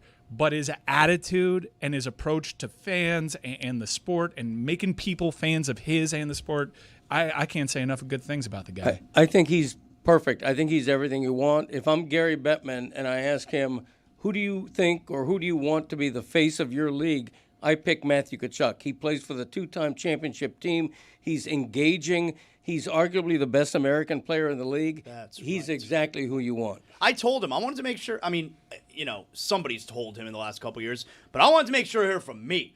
And I told him, like, you have any idea how horrendous this franchise was for my entire life before these last couple of years? I wanted to make sure you knew, Dan.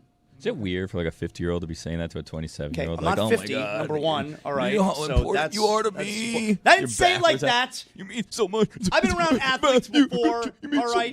There's no starstruck here. so much. I didn't sound like a jerk like that. Out of here. So happy. My kids beat me up. You know, like Little one's here today, right? He could just come and smack you across the head. He's not the one that'll challenge him. Yeah, that one's not old enough. He's not allowed to. Why? You don't think you could take him? I think it'd be a fair fight. Sizing the two of you up.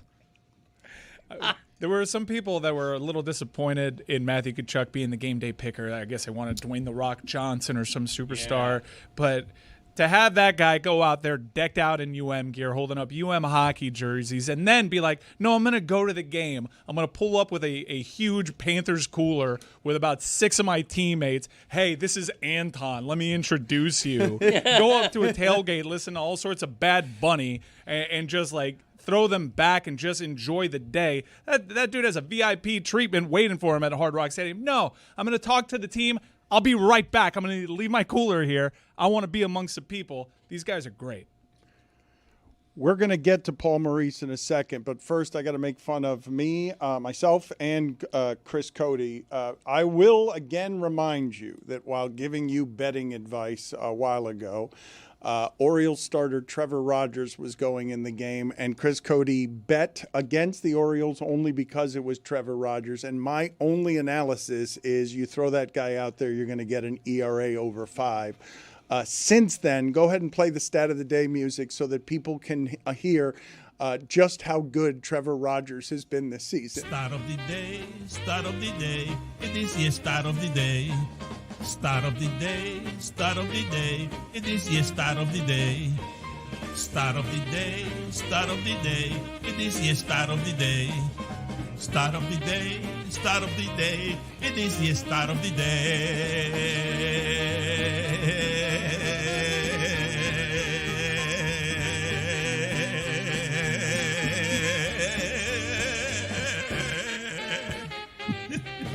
Dan, to make this even worse for me, my exact quote when I talked about Trevor Rogers months back was, if I know anything in this world, it's you bet against Trevor Rogers. No pitcher in the history of Major League Baseball has had 17-plus starts in a season and allowed fewer earned runs than starts. 17 starts, no one's ever had fewer earned runs than starts. Trevor Rogers has a chance to make history this season. With his 17 starts, he's allowed 16 earned runs all season. What? And I said months ago, if I know anything in this world, you bet against Trevor Rogers. Are you aware of just how long baseball's history is and how many pitchers have thrown baseballs in that sport? For that to be what haunts us following that analysis.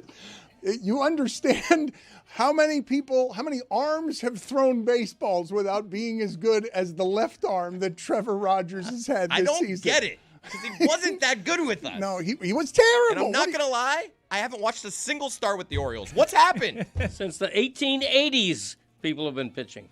The Orioles are also a team that I told you would be great for 10 years because of their farm system. They've been betrayed Braves, too. by pitching this year. And also, at least the Braves have injuries to look at. Not making excuses for them. They suck. Well, the Orioles ran into the Yankees this weekend, and there was a baseball storyline that I was actually into because of the local times, because Giancarlo Stanton hit his 450th home run of his career against the Orioles. I didn't know he was that high. I didn't know that he was up to. He's going to sneak into the Hall of Fame. He's apparently the 5th youngest to reach that number. And obviously, you're talking about all-time greats. In terms of modern era, it's just McGuire and A-Rod. And A-Rod was playing when he was 18 years old. That got to that number quicker than Giancarlo Stanton. I don't know if he has. I know the production later in his career, and he's been hobbled by injuries. I don't know if this is a guy that could be in that conversation, especially given where he is in age. But I would love to see him have a healthy go at it because he's still got incredible pop. I think all 500 home run guys are in the Hall of Fame. I don't know if the sport has changed so much now that there's a might lot change. that aren't. Is that right? Oh, yeah. Jose Canseco is an the A-Rod Gary the Sheffield, leader of A-Rod. But how There's much? a bunch. Yeah, how much of that Rafael is Palmeiro. But all that is steroid speculation. Right. And Giancarlo being built the way that he has, but he's had the benefit of playing in this era where they have all this rigorous testing, rigorous in air quotes. I mean, I don't know, but he's never. Remember when he was approaching that home run record? Everyone's like, finally, this is a legit one potentially. That's why the Maurice family was there. He's not a guy that has steroid allegations following him like the others you just outlined. Yeah, I think he's a Hall of Famer. And keep in mind, he's done a fair amount of time on the injury list. Like, he would be over 500 if he were healthier. There he is. Does it make you happy to see him, Zaslow? Does it make you happy? Look at this man. I love this man. He has brought champion. Look, Zaslow. He's whispering your name. Yeah. Look at what the man who travels. Awesome. There you go. That's my guy right there. That's my coach. That's it. We appreciate that's commitment, my friend. That's casual fans. No, that's the guy who cuts his vacation short to root on the home team. That's something. That's props to you. Oh, man. Props to you. What do you mean props to me? Props to you. You brought so much joy into my life, Coach. Thank you. Yeah, it was nice of journalists. Stop talking. He's saying nice things about me, Okay, Greg. sorry. You're right. No, we all share it together. That's the great part of these runs, right? Everybody's got a story, and everybody's stories is important. Like everybody, like families get together, families ostracize somebody who can't win a game when they're in the room, so they stick them upstairs. I mean, that happens at my house, right? I got a young kid that has to watch it from the bedroom upstairs, can't watch it in the main floor. We just can't win, so we got our priorities set. Paul, when you got to South Florida, what did your greatest dreams look like, and have you already exceeded them? This is so far beyond that, and it's beyond the winning. And I want to be hypocritical or full of it. You win the Stanley Cup, everything's going to be pretty good, right? Like you can probably get through anything that's not real good if you're winning the cup. But beyond the cups, the professional experience here is fantastic, right? These men are incredible to work with. They work hard. They don't mind being pushed. They want to win. They take care of each other. They're good. You know what? They treat each other great, but they also treat everybody else, right? The equipment guys, the medical guys, the flight attendants, everybody. They're very appreciative of the situation that they're in, and that makes coming to the rink a lot of fun. How unusual is it? I see them vacationing together with their families. And how unusual is what looks like love to me among your players? How unusual is that? Well, I do think it's part of the culture of our sport. So the game, the demands of the game kind of drive men together, if you would. It's an 82 game schedule, full contact, high speed sport where you play with pain, right? You don't lay on the field, you get up and you play with it. So there's a connection that happens with them. And because there's 82 games, there's an awful lot of highs and lows, and I think that makes the wives and the extended family close. And then you add in just great memories, right? They're just fun. The guys are fun to be around because they won together. So I think we have that, but we have that on the road too. They have big group dinners. They spend an awful lot of time with each other because they love each other. Last year's team better than the original champions? Probably a higher talent level through a better depth and possibly better role definition when you look at kind of what happened to our team when Greer, Nosek, and Gadjevich came back into the lineup. They're a defined style of play, which is different than everybody else's. So we had, I don't know, texture is the word in my head, but we had a different look on each line, a different feel, so we could play the game in a bunch of different arenas and a bunch of different styles and be successful. Coach, we've seen the clips over the few years that you've been here where you're not afraid to grill your guys during the game, to yell at them during the game, to motivate them the way that you do during the game. You don't see that in the other pro sports here in this country. What is it about hockey players where you're still able to coach them like that? Yeah, that's a great question. It's part of maybe even the fun of it, right? Like first of all, I got a tremendous amount of respect for these players, and they know that by the way I treat them, and I know that by the way they treat the whole coaching staff. But you get into those games now, they're wired too, right? Like you've had way too much coffee by the time you hit the bench. You're wired. You get into those playoffs games. So it's not a personal assault to them. We're trying to get the whole group to another level, and they're all smart enough to understand that's what's going on. So they're in on it, right? Like they're kind of feeding off you. There's times where you're just trying to raise the energy level on the bench, or now we're at a point that we've all agreed on playing the game a certain way, and when it's not being played, you don't have to jump on them right away. We talk about it, but that you hit a threshold where you need to get their attention back on the game. I don't do it nearly as much as maybe I would have done it in the past. I don't need to. But when it's done, right? So when they come back to the rink the next day, that's over. We'll deal with it and move on. There's they say there's no doghouse. There just isn't. We're here to perform every single day. We're not hitting that mark every day. We're going to have our failures, and we need those. So when you're having your failures, maybe you let them go a little bit because you know what they've done and you've seen it, but you just can't let it go too long. Paul, can you give us an idea of what the last few years have meant to you on the most personal level beyond hockey? Because when you got here, you were the most accomplished, longest-serving coach, the winningest coach in the NHL history, who had never won a Stanley Cup, and now you've won 2 in a row. What has that meant to you on the most personal level? That's, I don't even know that I've fully sorted that out yet, right? That will be a backward-looking thing. I can tell you, I'm trying to, I answered the question earlier, and I still don't have a great answer because I'd be lying to you if it's in the Stanley Cups didn't make all the difference. They made a huge difference.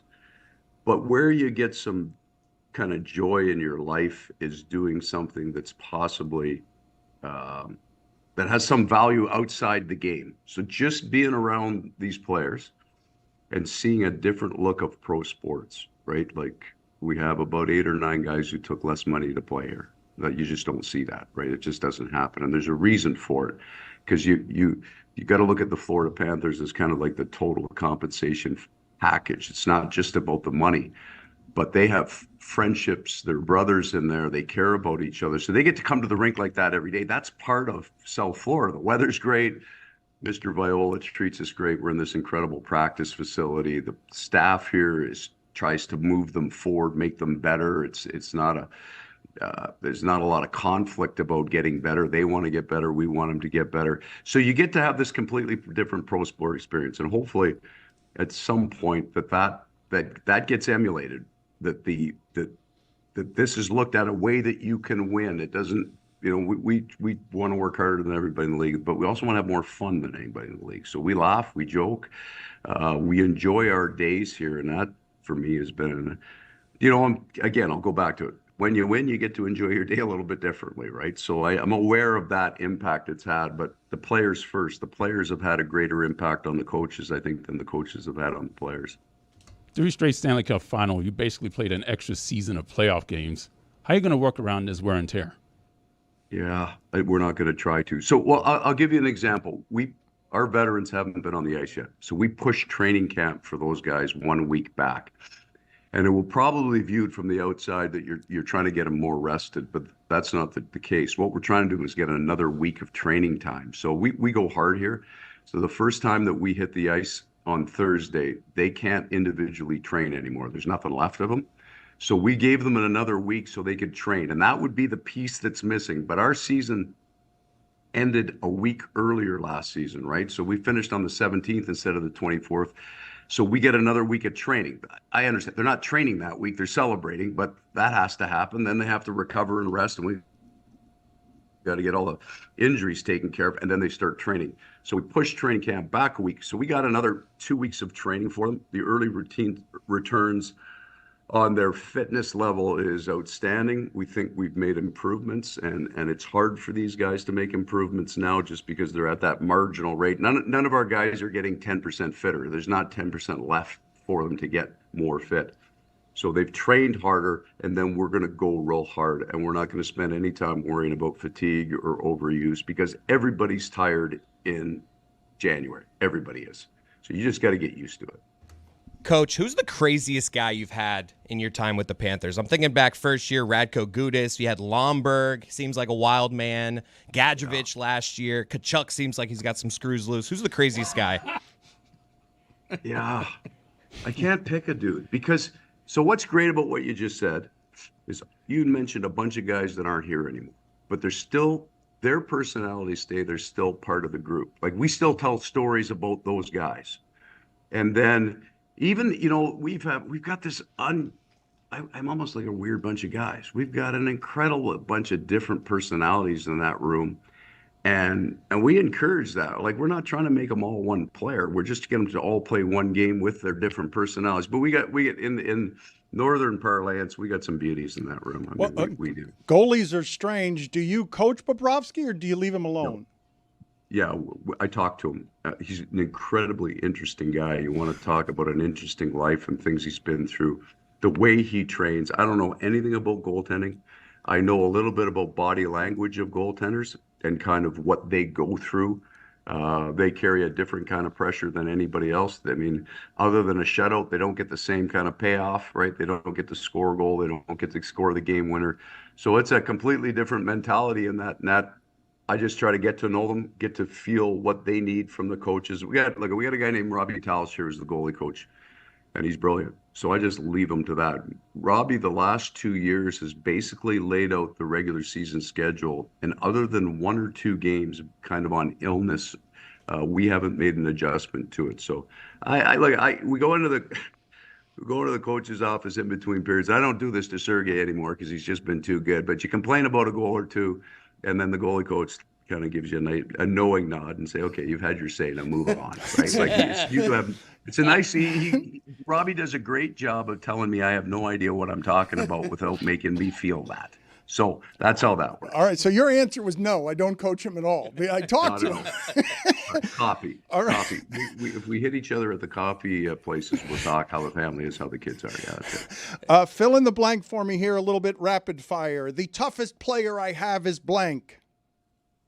No. There's a toss-up in between Sam Bennett and probably Aaron Ekblad, but here's the problem.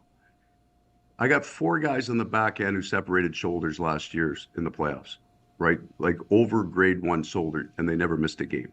So if I give you one guy, I'm being disrespectful to Sam Bennett, who played an entire playoff round with a broken foot and didn't tell anybody. So, that was a grade 2 knee sprain that Sam Reinhart suffered. I don't know who the toughest guy is. Whoever the most injured guy in our room, that's the toughest guy we got, because he's probably still. The best leader I have is blank. The best leader? Yes. About an 18-inch steel one for pike fish. The best. You guys don't freshwater fish. Yeah, because it goes back to the strength of our room. There are different leadership styles in a room, but it's the guy that we need that night. That's the best leader. What was your reaction when Bill Zito told you that we got Brad Marchand? What was your reaction when that happened? Well, I've desensitized to it now, so I'll take you back. The summer that I get the job, he calls me and he says, I think I can get Matthew Tkachuk, but the price is going to be pretty high. And I got off the phone. I thought, you're crazy. You're not getting Matthew Tkachuk. Like, I mean, it's just not happening. And then he calls back 15 minutes later and says, I just made the trade. So now, you know, we've over the course of the years there, we've added these players. Seth Jones would be the next one. He started firing out Seth Jones' name like in the summer, last summer. There might be a guy that we can, and I'm thinking there's no way you're getting Seth Jones. So when he says the Brad Marchand one was unusual because it's a half hour before the trade deadline and I'm packing my office up because nothing, it's over, right? There's nothing else going to happen. And that one surprised me, to say the least. Did you dislike him before that? Oh, of course. Yeah, absolutely. I don't think as much as Matthew Tkachuk. I think I disliked Matthew more than Brad. And the reason I didn't mind Brad as much is when we played them in the Game 7s, in the 7-game series and beat them, he gave an interview about Game 5 to a Boston reporter, and it was perfect. It was like incredible leadership things that he said. He was very respectful for how hard we play. He wasn't complaining. He wasn't whining. It was a full-on brutal series. It was a battle. There were guys going after each other, but he handled it like such a leader, such a man. And so I had a little more room for him. I didn't fully appreciate, believe it or not, how good he is. So I don't think that you fully, I mean, you watch the games, but you almost need to see him in practice every day to see the skill set that they have. And I don't know that I fully appreciated how good his hands are. But Tkachuk wasn't a leader, what you're saying before he got here. He's just kind of like a scumbag that he hated. What are you doing? Yeah, I'm not going to attach myself to that word. I'm going to leave that one to you. No, but for all the reasons, right? He's in Calgary, I'm in Winnipeg. We play each other an awful lot. We played each other in the playoffs. And he has that ability he has an incredible ability to sense what a game needs. And he'll get through a lot of nights very quietly. Now, he might score, but he's not starting any fires. But if he needs to, he has a great sense of when and how. Coach, my final question is, I love you. I love you too. I love you too, and thank Coach. you. I love you. Okay, I appreciate it. So the question says there's medical help for that, fellas. There are good professionals out there. You guys can go see. They can help you. So much. They love you too. You love Appreciate him it. now. Have you told him to his face the way you told Don't worry Tkachuk about that. Everybody's allowed to be wrong once. Don't worry about Called that. you the murder of fun when you first got here, The Coach. murder Why are you of snitching? fun. But that would be accurate. That would be fair. Thanks, Coach. That would be fair. The first part was we had to get to a whole bunch of hard things, so there wasn't much fun. And I had that exact meeting in January that year, and there was a little bit different language, but you're not allowed to have fun in the NHL when you play like that. So you're right. I did kill with the joy. You were 100% right. I knew it. Good seeing you, and congratulations, Coach. It All was right. nice Thanks, guys. Appreciate it. talking to you. Okay. He said some stuff there that I have not heard. Called Tkachuk a scumbag. It's insane. He did not say Did that. not. In fact, he distanced himself from us. Yeah. Put Did it not all say on that. you like a real pro. Yeah. That was not what I thought was interesting from what it is. I had not heard that stuff on Tkachuk, on Marchand. That is not. I was not aware. I was not aware of the acquisition and how that went down, because it sounds like it sort of went down the same way that Tyreek Hill went down for Mike McDaniel, where you're getting a call and as the coach you don't believe that something is going to happen, and then 15 minutes later it actually happened. Did you guys get that pike fishing? That went way over my head. Yeah. I was like, fishing. The leader It was funny though. It's on the reel. Yeah, you got I a was not leader. along, like Yeah. I was trying to figure, he said leader. I was thinking liter, like No, that's the metric system. Exactly, Is that a but cliche? Canadians. I'm trying to Pike figure it fish, out. something I Yeah. need to know? Well, I was just like, yeah, great answer, You're Coach. so funny and charming. You're funny. What other sport does the coach specifically not know how to coach a certain player on the team? I bet that's common with goaltenders, though, right? I Right, mean, that's what I'm saying. Yeah, I mean, they're a whole different ballgame, those guys.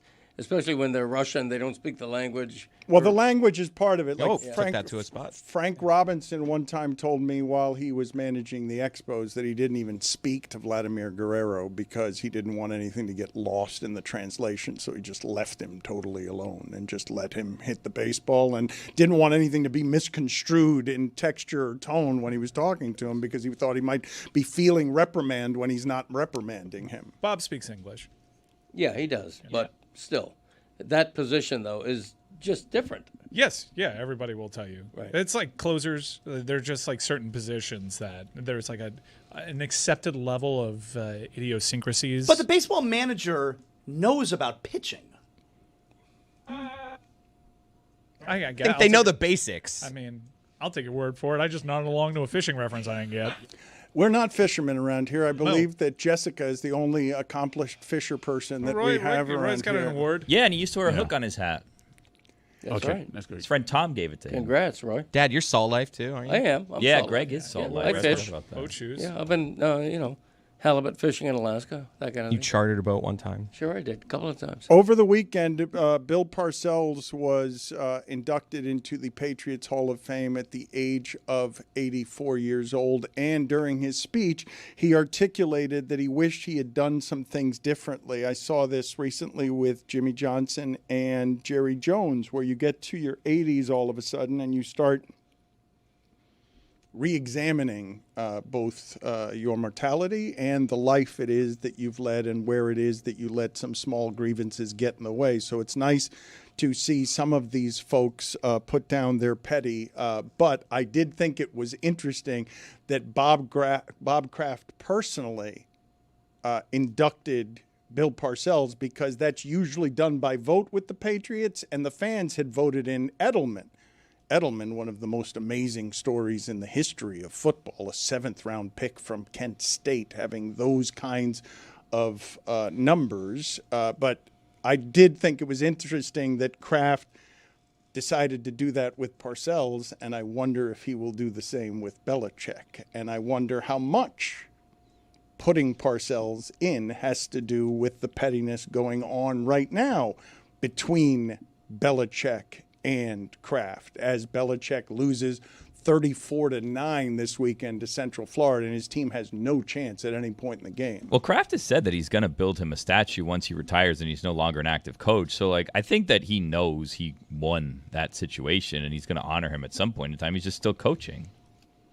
People are enjoying what's happening to Bill. I and love it. And not just I love Bill, it. Yeah. but also Mike Lombardi, who has often... People hate Mike Lombardi? Oh, Mike Lombardi has made some enemies. And Mike Lombardi, when he thinks he's smarter than you, he lets it be known. He took a lot of shots at Miami this offseason, too. John Gruden today on the Barstool program on FS1 gave this quote when being asked about Jordan Hudson being on the UNC sideline. "I've never seen anything like that, man. Mike Lombardi works for North Carolina. I've heard him criticize me several times. I'm sure he'll produce a TikTok today explaining exactly what's going on over there."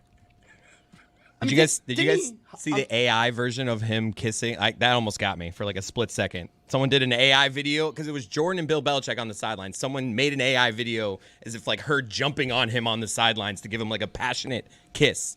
And there was like 3 seconds where I was like, and then I was like, oh, that's clearly AI. What threw you off that it was real when you saw that the score was 34-9? His face kind of like changed midway through. That's a hint. These AI videos, though, these pictures, they can do crazy things. It's scary, aren't they? People are enjoying that. What people aren't enjoying is that Barstool Wake Up show on FS1. It's got the lowest ratings in the history of FS1. Takes time. Takes time to start something. I mean, but they've been starting stuff over there that has never started with the lowest ratings in the history of FS1. Like, they have a massive audience. It's the lowest thing they've ever done. Because I think there's a difference between how people consume things, and I think there's a gulf of difference between how the mainstream tries to get young people to watch things and how young people actually watch things. They're not watching things on television anymore. That part seems obvious. It seems that young people are simply weaning themselves off of what is traditional television. I don't know if the rest of you have felt the way that I do. Anytime I watch CBS, the graphics on football around everything that CBS does, it looks older to me. CBS was doing a thing yesterday.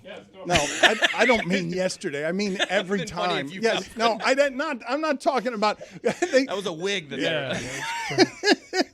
Burleson sideburns in it seem off to you. I'm not talking about yesterday. But in general, I'm with you. Yesterday was the throwback day. Was Musburger on yesterday? He was there. He did the. You're looking live. He did the voiceover at the start, and then James Brown welcomed him on the dais. Mainstream television in general has a problem in that they've got a lot of old executives who are trying to figure out how to lure young people into old media. And Pat McAfee is a response to that. When you give someone the ability to use your platform, but you're just renting him, you have no ownership over him. He's not your employee. He is somebody who's got his own business and you're borrowing it. What we are seeing happen, it's not just at Fox. You guys have seen what has happened to ESPN2, right? They're just taking podcasts and putting them on television because it's just cheaper programming. It's just easier to do. And what you're looking for there, Zaz, when I say lowest ratings in the history of FS1, it almost doesn't matter because it's the late night model. You just want viral clips. Like you don't care what you want to have daily ratings, obviously, but you'll take a daily ratings hit because you just want stuff to spread on the internet because we're not doing the measurements on this stuff the way we used to. Which I think they're finding out. Their interview today with John Gruden's doing numbers. I think there'll be more of those because the show as it stands doesn't seem like it allows itself for plenty of viral moments. I cannot believe that Chris Cody thought this video was real. Look. Yeah, we have on screen what Chris thought was actually happening. Hold on, take it again, guys. Bill Get the Belichick. full screen. Yeah. I don't know it's fake yet. Don't know it's fake yet. Don't know it's fake yet. This is about right here. I'm like, he couldn't have been doing this. You should be embarrassed. How about now? This is where I was sure it was fake. Those lip legs, man. I'm embarrassed for you right now. Well, the first part is just, a little kiss before they go. All right, this is a bit much. They would never do this. They know this would go viral. All right, yeah, this is AI. This is also during a time of the game. It seems like it's just pregame. I think it's pregame. Milling about. Peck. All right. Incredible. Didn't know the camera was on him. People were enjoying, though, again, even though it happened much more quietly than week one, losing at UCF 34-9 when you're just a small underdog in that game. And I was confused as to why it is they were a small underdog in that game. Losing 34-9 to UCF, I don't even know how it is that gets fixed this season. It's not something that can be fixed this season. They're going to be bad all season, and I haven't looked at their schedule, but they're not going to be even a bowl team, are they? No. I don't think so. They entered that program with a lot of talk. They have a get-right game, though, in 2 weeks. They got Clemson. That's right. Yeah. That's right. And which afterwards we'll find out exactly how old Dabo is then and how much time and how expensive it would be to fire him. You saw that on game day, people in Miami were wishing for Nick Saban to come back for the return of Nick Saban. Did you see this? I guess you didn't from the look on your face. No, I did not. No.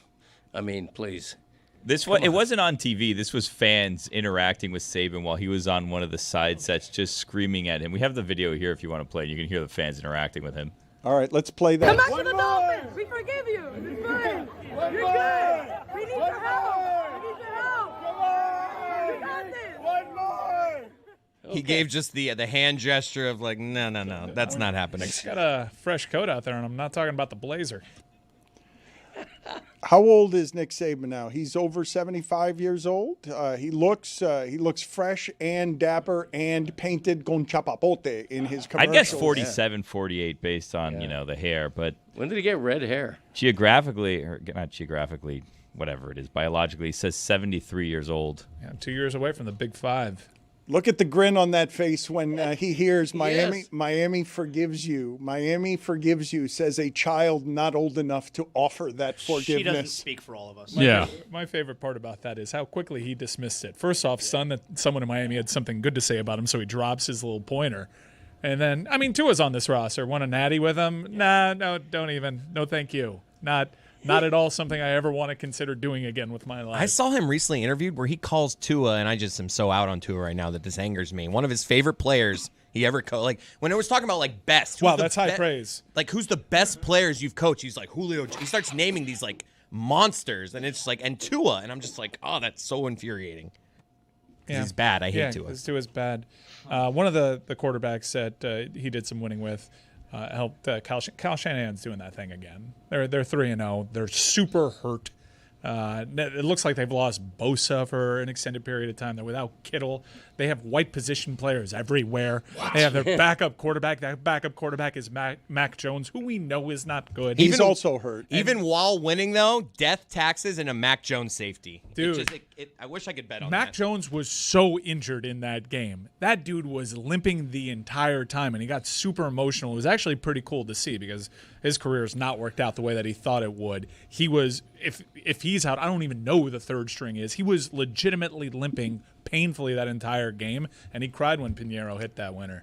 It's a nice cheat code that the league has where you play 9 games at the same time, and you're almost guaranteed, given how that league is, even though you'll get your occasional Seahawks-Saints game or Vikings-Bengals game, if you play 9 games, your witching hour is going to have 3 or 4 games of crazy at the end. And it just sort of erased what I was saying earlier. Go ahead and name the games worth talking about from yesterday. Name them. Go ahead. Bucks, Jets. I think Niners-Cardinals is interesting to talk about because of where the Niners are. And they're going to do that thing where guys start coming back in December, and they're going to be a pain in the ass to eliminate. Now, wait a minute. You can't make 49ers-Cardinals a game worth talking about if Jags-Texans isn't a game worth talking about. What you gonna do? What you gonna do when Dan judges you? It was a battle for the top of the NFC West, Dan. Both those teams were undefeated entering that game. Rams, Eagles. Yep. I cannot believe Philly came back in that game, which is a weird thing to say about a reigning Super Bowl champion, but the way that they did it just impressed me even more. Broncos, Chargers. Do we talk about Bears, Cowboys? Nah. Bad injury to CeeDee Lamb. I guess you understand that. I guess it's encouraging for Chicago. It's funny to hear you say, though, that a team that has won 19 of 20, that you're surprised by how they won, but Yeah. I am too. Super surprised. It was 26-7, wasn't it? I mean, that's exactly how you were supposed to beat the Philadelphia Eagles with a team that we all think is like, well, that's one of the teams that can maybe be a problem. They did all the things. I'm shocked. Play that music again, please, because there were only 4 or 5 games we're talking about. What you gonna do when Dan judges you? Back games, back games. What you gonna do? What you gonna do when Dan judges you?